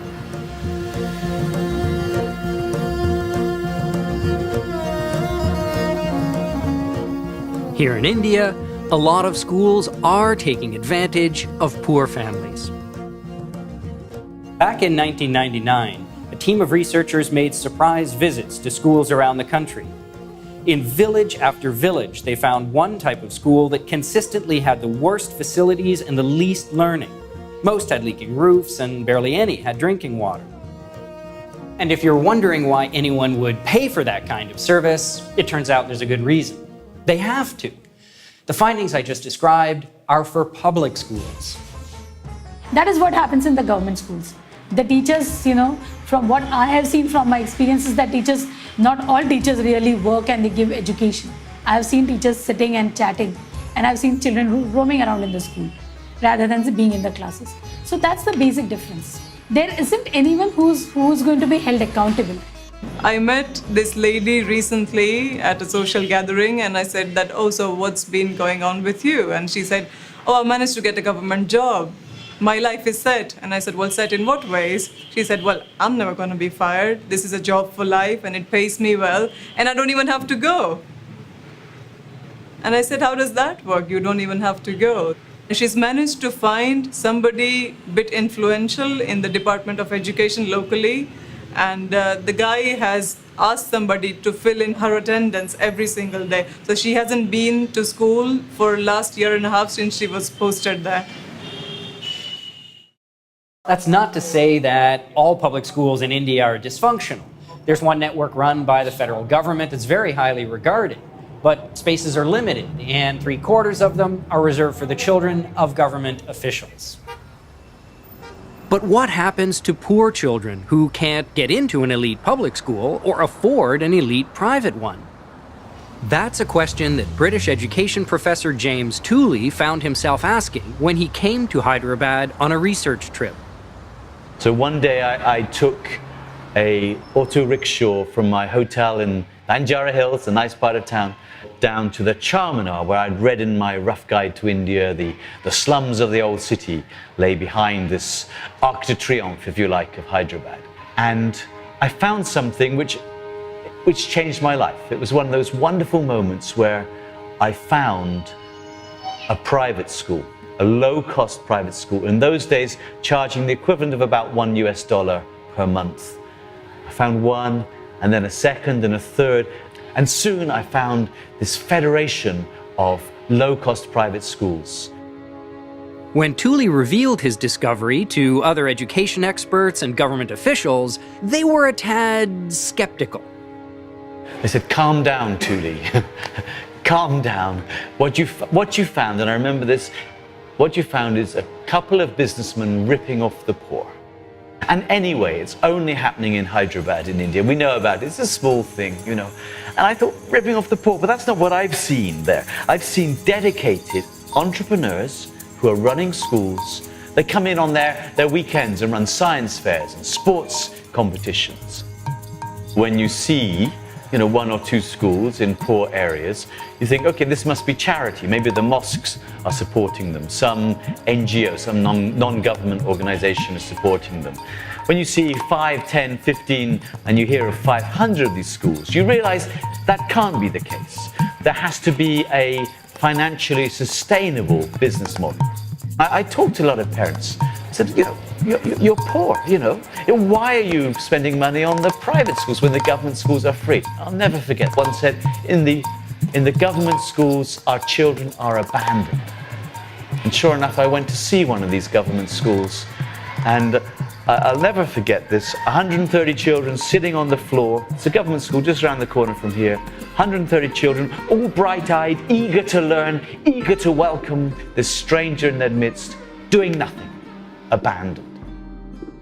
Dozens of scientific studies have now looked at these budget private schools in India and elsewhere. And what most of them find is that private schools are outperforming government schools that spend 3 or 4 times as much per pupil. But higher quality isn't their only appeal. Another huge factor is the language of instruction. India has hundreds of native languages, and the public schools in each state usually teach in the dominant local language. Private schools, on the other hand, almost always teach in English because that's what parents want. And it isn't hard to see why. English not only facilitates communication between states, it's also the international language of business. And international business has taken a keen interest in Hyderabad. During the 1990s, barriers to foreign investment were lowered and high-tech companies flooded into the city. The explosion in high-tech employment has generated new service and professional jobs in which English is also an asset. When I first came to Hyderabad, I was quite naive about these things, and I spoke to one of the first school proprietors, one of the first entrepreneurs I met, and he told me that the government inspectors, the education inspectors, come 3, 4, 5 times a year. I thought, well, that shows a degree of commitment on behalf of the government to educational standards. But I soon found out that they came really to take the bribe. You know, they were quite upfront about it. They came, they sat in the office, they sat in a comfortable desk, they took the money, they didn't even bother to look in the school. They had a nice cup of hot chai, and off they went. The reason that government school inspectors are able to extort bribes is that these low-cost schools cannot afford to comply with the regulations. For example, the law demands that each school have a large playground. But in the dense slums of Hyderabad, spaces like that are hard to come by. Land prices are atrocious. How can a small entrepreneur, afford something like a 16,000 square feet of sports playground? I think there's a lot more important basic thing that we need to get on with rather than playing sports. They can always go home and do other things, but they need to learn the basic literacy first. I think what's more important is what goes on in a classroom, what happens with the instruction, what about the learning outcome. The regulations in India are much more onerous to private schools than they are in other parts of the world. This inhibits investment, this inhibits entrepreneurs creating opportunities, this inhibits the growth of the sector. One of the first entrepreneurs, again, I spoke to here, he said, sometimes government is the obstacle of the people. And I understood exactly what he meant when I saw the regulations that were impeding on the private schools here. But if regulation doesn't explain the greater efficiency of low-cost private schools, what does? We've had some wonderful parent meetings in the schools here. These parents care about their schooling. They said, why are there only 10 computers? Why was a teacher absent last week? Why is the playground not finished? They care. They are paying money. They feel it's good money. It might seem very little to you and me. It's good money to them. They want the best. And because they're paying, they will keep the schools accountable. That's a very important thing, which you mess with at your peril. And I spoke to one father who had transferred his daughter from the private to public and now back to private. He told me, if you go to a market and are offered free fruit and veg, they'll be rotten. If you want fresh fruit and veg, you have to pay for them. I'll never forget that. That was his experience of free public education. He thought paying was better. He thought the accountability kept the schools on their toes in a way that couldn't possibly happen in the public schools. In my school, if we said 9:30 is the time, so there should be a 9:30. If they come 9:31, there is a late mark. After 3 late mark, they will lose one day's salary. At fee-charging private schools, parents expect more because they're paying more. So they hold school leaders accountable. And school leaders, in turn, hold their teachers accountable because they'll go out of business if they don't. By contrast, public schools here almost never fire teachers for poor performance or absenteeism. Enrollment in fee-charging private schools is growing at 10% a year. And if that continues, they'll soon enroll the majority of students nationwide. In cities like Hyderabad, they already do. It's great that these schools perform better at a fraction of the per-pupil cost of state-funded schools. But there's still a lot of room for improvement among them, and wide variations in quality from one to the next. So are the good ones scaling up? Mohammed Anwar, he's typical. He's got a heart. He provides scholarships named after his father for a percentage of the children in his schools. There's no reason why philanthropists, well-meaning people can't do that sort of targeted assistance to help the poorest of the poor come to schools like this and really help them get an education. By 2025, my growth may be up to 50 schools and about 15,000 students. So this is my target. But at present, I am focusing on improving quality education. In an effort to expand access to education among India's poor and lower castes, the government passed the Right to Education Act, or RTE, in 2010. Under the new law, the government requires private schools to reserve 1/4 of their places for disadvantaged students and pays those students tuition. At the same time, the law demands all private schools meet extensive infrastructure and teacher certification requirements. But as we've seen, low-cost private schools cannot afford to meet these requirements, which would force them to quadruple their tuition fees, according to one estimate. Since that would put them out of reach of the poor families they serve, it's just not an option. The result, in many states, the government has begun to shut down thousands of low-cost private schools. But quality control isn't the only justification for regulating schools. Some people worry that if educators are free to teach whatever they want and parents are free to choose among them, that it might balkanize communities into warring factions. But is that true? Does diversity have to mean discord? To find out, we need to head back to a town where cultures have been colliding for hundreds of years.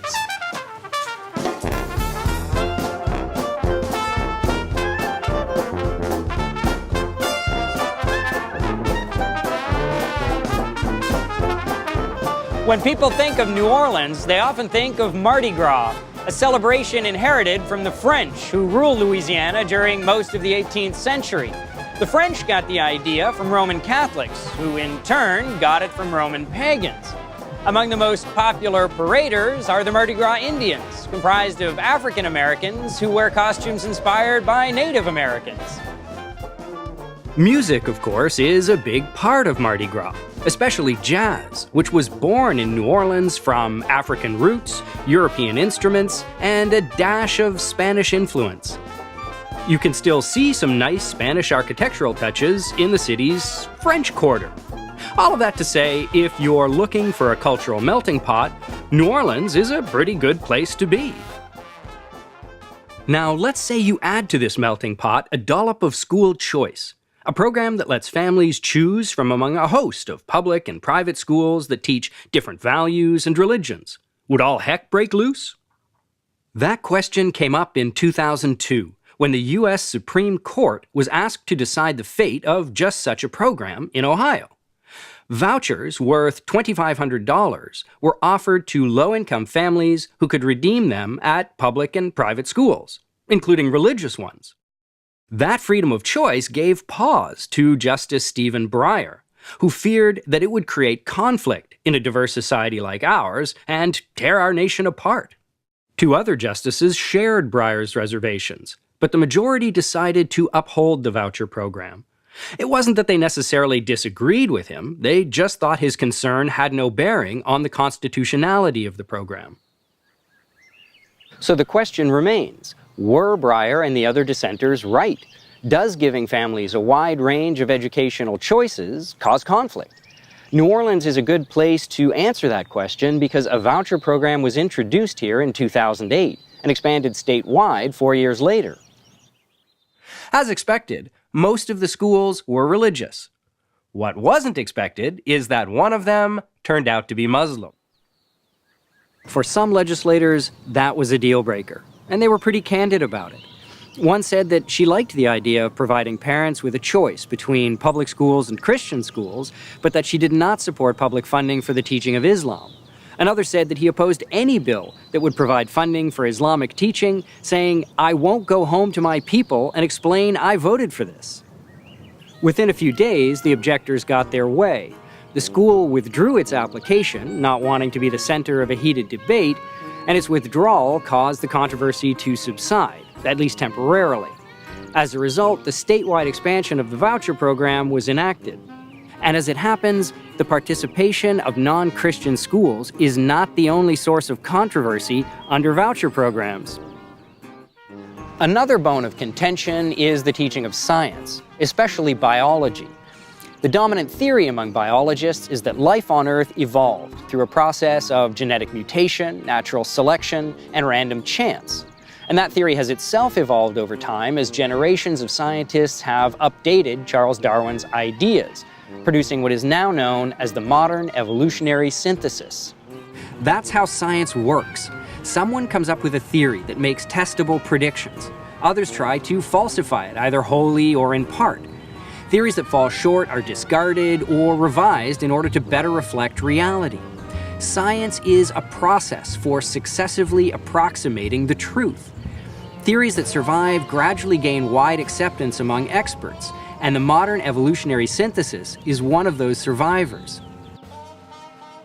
But while science doesn't promise absolute truth, religion often does. For instance, most evangelical Protestants see the Bible as literally true. This means that they believe humans and other animals did not evolve over millennia, but rather were divinely created in their present form. This creationist view is commonly taught in evangelical schools, and many of them participate in Louisiana's voucher program. If you're a parent looking for that sort of instruction, it's a congenial arrangement, but not everyone is enthusiastic. I grew up in Louisiana, where we have a law called the Louisiana Science Education Act. This law allows the critiques of evolution to be taught with supplemental materials that have no oversight. And the purpose of this, say this is to promote critical thinking, which sounds great. But the problem is they also say critical thinking is teaching creationism. I think everyone should have a good science education, but if you choose to send your kid to a private school without public funding, they can learn creation if you want. But anywhere where there's public funding, we should teach reality. That is a common refrain among critics of creationist voucher schools. The public shouldn't have to pay for that religious instruction. It's hard not to admit that Justice Breyer was onto something. The participation of religious schools in voucher programs has led to tension and conflict. But what Breyer seems not to have recognized is that these very same battles have long been raging in our public schools. Some have only been minor skirmishes, but other cases have been, well, cases. One example is the Kitzmiller versus Dover trial of 2005. Parents in Dover, Pennsylvania sued their public school district to stop it from teaching creationism in biology class. Those parents eventually won, but battles over public school biology instruction are still erupting around the country. Given how much we fight over our schools, with or without choice programs, it might seem as though there's nothing we can do about it. And yet, diversity doesn't always cause discord. There's one field that's been bringing together people of different races, cultures, and religions for generations, and producing harmony instead of acrimony. That field is music, and in particular, jazz. In the 1930s, it was illegal in many states for black and white musicians to share a stage, and segregation was the norm even where it wasn't enforced by law. But the musicians themselves ultimately overturned America's artistic apartheid. A decade before Jackie Robinson broke the color barrier in professional sports, pianist Teddy Wilson and vibraphonist Lionel Hampton joined the Benny Goodman Quartet, playing to packed houses around the country. Miles Davis later did the same thing by hiring the white pianist Bill Evans to join his famous sextet. Not to make a point, just because he liked the way Evans played. If music can create all those culture-bridging triumphs, why not schools? Could there be a way for us to promote parental choice and educational diversity without creating endless conflicts? To find out, it may help to go back in time to the place where those conflicts began.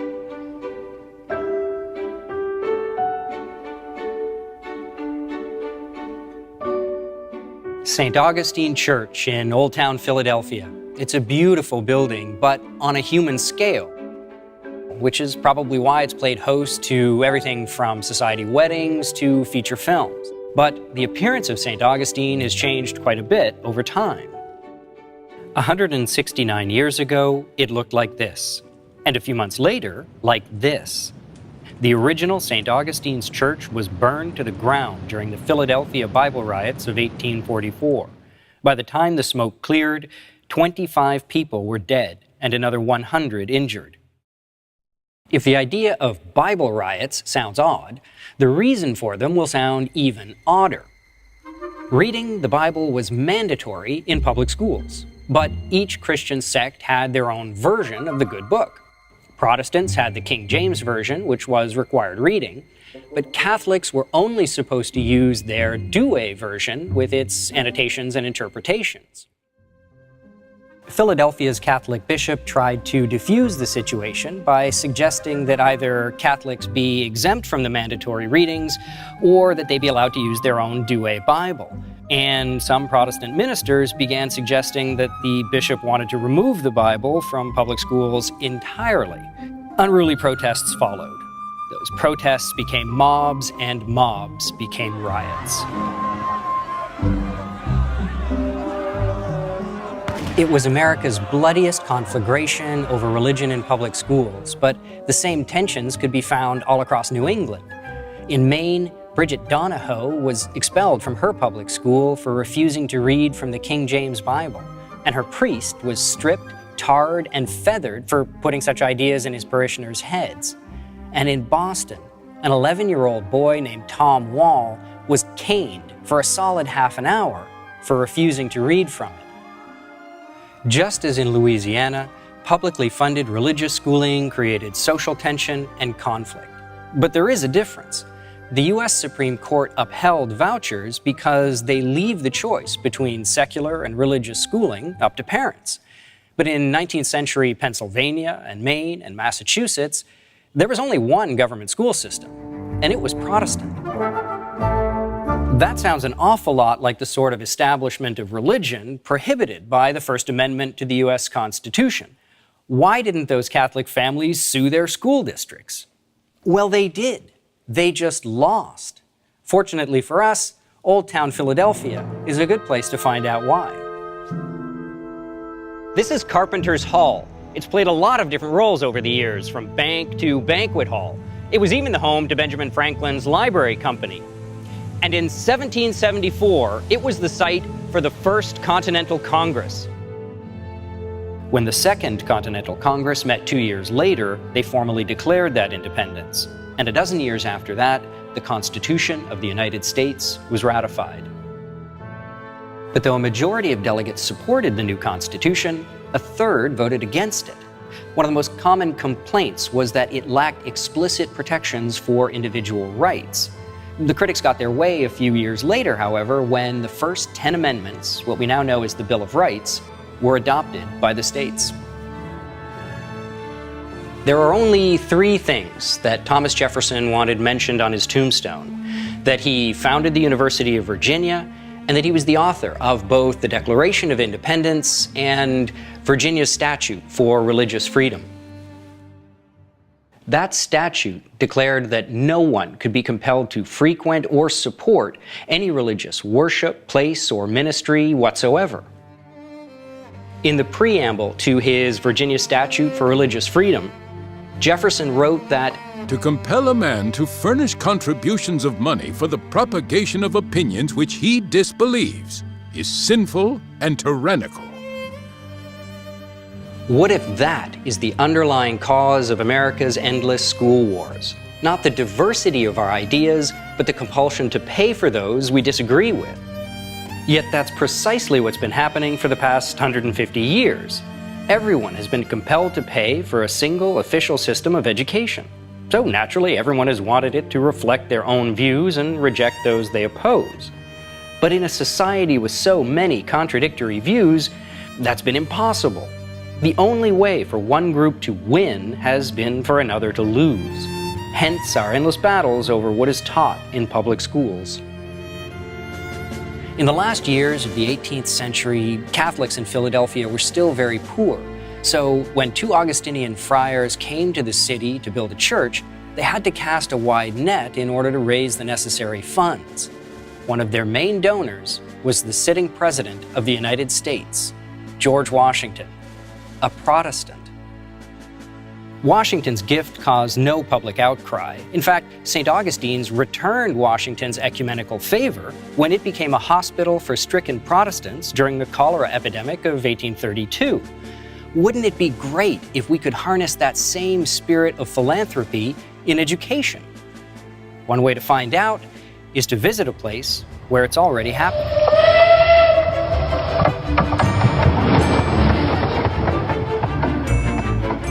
This is the Lehigh Gorge Scenic Railway, about an hour north of Philadelphia. Back in George Washington's time, it was just starting to be explored by coal miners, and a community was founded here in 1818 called Mauch Chunk, meaning mountain where the bears are. Some things have changed over the years. The town is now known as Jim Thorpe, but for the most part, people here are happy to keep that 19th century flavor.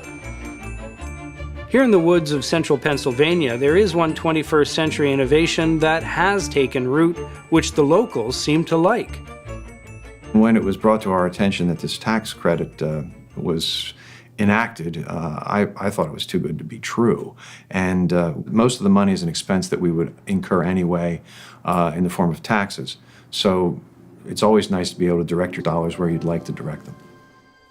It's called the Education Improvement Tax Credit. Businesses can donate money to any of a number of charitable scholarship organizations. Those organizations help low-income families pay tuition at schools the parents choose. Pennsylvania's Scholarship Tax Credit program operates in small towns all across the state, but most of the students it serves are found in big cities like Philadelphia. I take donors into schools a lot, and it's very unlikely that you leave any of these schools without saying, "How can I help?" We have had a really high 90% retention rate with companies who've given to us. We obviously have school fairs to help them choose, but it's you know, as long as the school is accredited by the state, then the families are empowered to choose what school works best for their kid, and the scholarship follows them. If they don't like the school, they can go to another school. The major limitation of the program is that the state has capped the total value of donations that are eligible for tax credits. With the current situation, even the school district is interested in partnering on the QT with us because they're closing failing schools. I always say we have no stake in this game as an organization. Our job is to just get scholarships, get them to kids who don't have access to them. And so if they mechanically made it easier and they removed the cap, I think the programs would explode in size. I think you'd see them 3 or 4 times the size. And what I think you'd see is the quality of education, even in some of the non-public schools, would even get better. It sounds as though the program would grow dramatically if the tax credit cap were raised or removed. In fact, we can already see that happening in the state of Florida. What's different about Florida's program is that its cap is automatically raised every year, so long as there are more families and more donors who want to participate. In just a few years, the program doubled in size to nearly 70,000 students. Subsidizing education through voluntary philanthropy seems to offer a lot of freedom to parents and donors. But what about teachers? And how could we even measure the difference? I don't know about you, but I could use a beer. Maybe I should rephrase that. The beer itself is not going to help us answer this question, but a technique developed by a master brewer actually will. Enter William Seeley Gossett, a young chemist at the Guinness Brewery in Dublin, Ireland. Gossett's job was to improve the beer without having to raise the price. That meant doing experiments to identify things like the best ingredients. But those experiments took time, and they cost money. So Gossett had to figure out ways of extracting useful conclusions from just a few small-scale studies. The company was so keen on his efforts that it gave him a year-long sabbatical to research statistics in London. Their decision paid off. Gossett developed a technique for drawing conclusions from very small studies, making statistics a useful and affordable way for Guinness to improve its products. For instance, presented with 2 shipments of hops, Gossett could tell if one was better than the other by testing just a few samples, and he knew how confident he could be in his results. The company was so impressed by Gossett's breakthrough that they didn't really want other breweries to learn about it. Nevertheless, they let him publish his work anonymously. Gossett chose the alias Student, so his technique became known as Student's T-test, and it's still used by scientists all over the world. In fact, that's why we're interested in Gossett. His test can help us answer our question about regulatory differences between vouchers and tax credits. As this chart illustrates, the difference is substantial. Joining a voucher program is expected to more than triple the amount of red tape educators have to contend with. That's a much bigger burden than the one expected for participating in a tax credit program.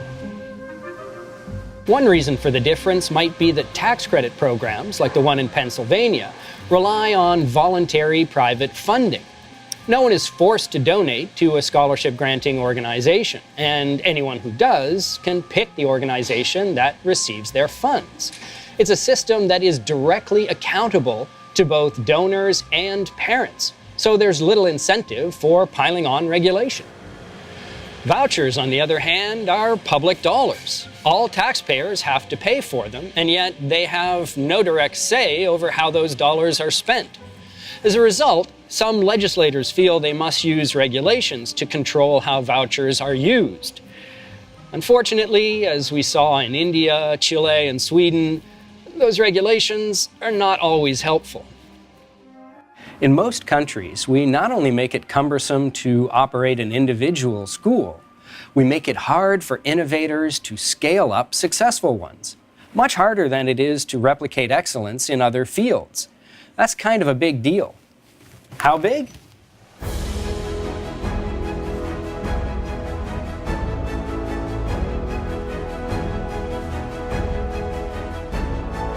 And that's why we've come here to the outskirts of Manchester, England. Because this is where the wave began in the late 1700s. This was the birthplace of the Industrial Revolution. And it's where the American Francis Cabot Lowell learned how to build a water-powered textile mill from the people who first developed them. And yet, the most dramatic thing about the Industrial Revolution is not the machinery, but the transformation it caused in the standard of living. For the first 200,000 years of human history and prehistory, the average person survived on $3 a day, or less. In 1798, a Brit named Thomas Malthus famously described this problem and claimed that the population would always rise faster than the supply of food and other resources, so the standard of living could never rise. Ironically, Malthus was absolutely right about the way the world worked right up until his own generation. In the 2 centuries since, the world's population skyrocketed. According to Malthus, that should have led to global starvation. Instead, the standard of living rose even faster than the population. In the countries that caught the wave early, average incomes shot upwards by a factor of more than 30, from $3 a day to $100. That is the real wave, a tide of innovation so colossal that it swept away the Malthusian population barrier. After 200 millennia of stagnation, sustained progress in human welfare finally became the norm. And it all began here in the United Kingdom in the mid-18th century. So what was Britain's secret ingredient? There's no shortage of theories. Was it a higher savings rate, international trade, exploited workers, colonialism, greed, modern science, the Protestant work ethic, railroads, canals, and on and on? There have been dozens of possible explanations offered since people started to notice the wave. Until shortly before the Industrial Revolution, earning a living was scorned by the elites of every society on Earth. If you worked with your hands, you were beneath the notice of dignified people. And if you ran a business, you were beneath their contempt. The widespread loathing of entrepreneurship has to have made opening a business less appealing. If all that hostility prevented the rise of the Great Wave, it's terrible news for education. After all, running a business that earns money educating kids is still widely despised today. Consider the case of Reed Hastings, the founder and CEO of Netflix. After college, Hastings joined the Peace Corps and went to Swaziland to teach high school students. In the 1990s, while he was hatching the idea for Netflix, Hastings also took graduate courses in education because he wanted to understand why schools were lagging while other fields were leaping ahead. Sound familiar? Since then, Hastings has given millions to educational charities, but has decided not to start an education business. He told a reporter he didn't want people to think he was doing it for the money. So education can have some of Hastings' charity, but it can't have his entrepreneurial leadership. But outside of education, that attitude started to change around the year 1600. A new way of talking about commerce appeared alongside the old one.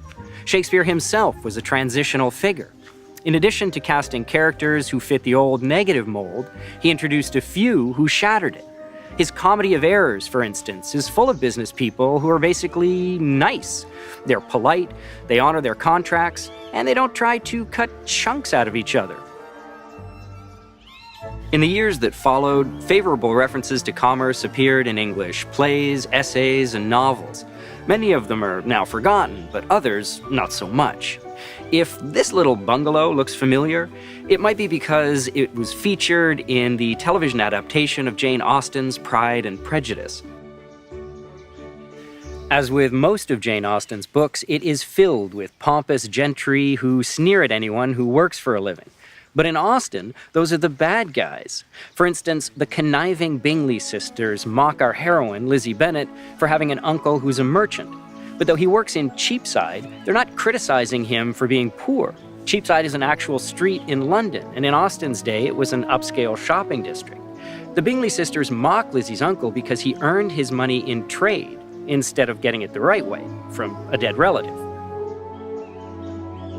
That opportunity for entrepreneurs to earn people's respect, says economist Deirdre McCloskey, is what caused the great wave of innovation that raised the standard of living worldwide by a factor of 10, a factor of 30 in the nations that adopted it early.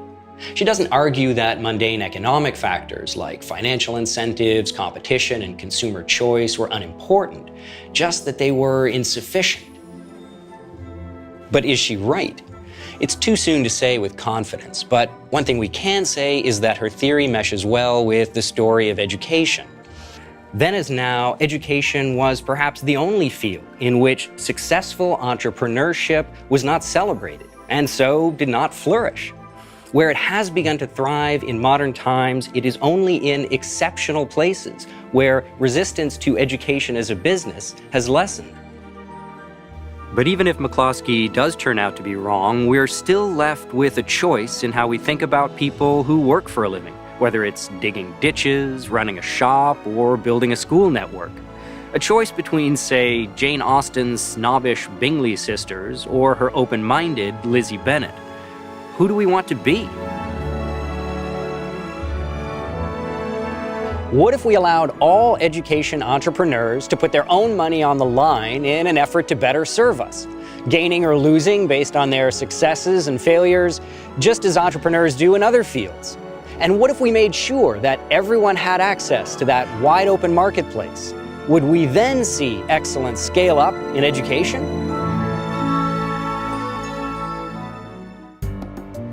Andrew Coulson's exploration began in a one-room schoolhouse in 18th century New England and has taken us on a journey across the globe, seeking answers to the question, why can't education use innovation to grow like a successful business?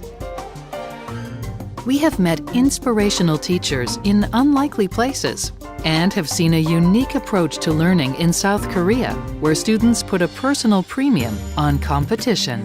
And we've seen how new educational ideas have lit the flame of learning in places like Chile, Sweden, and India. But the question remains, what will it take for educational excellence to ride the wave of innovation that improves the outcome for everyone?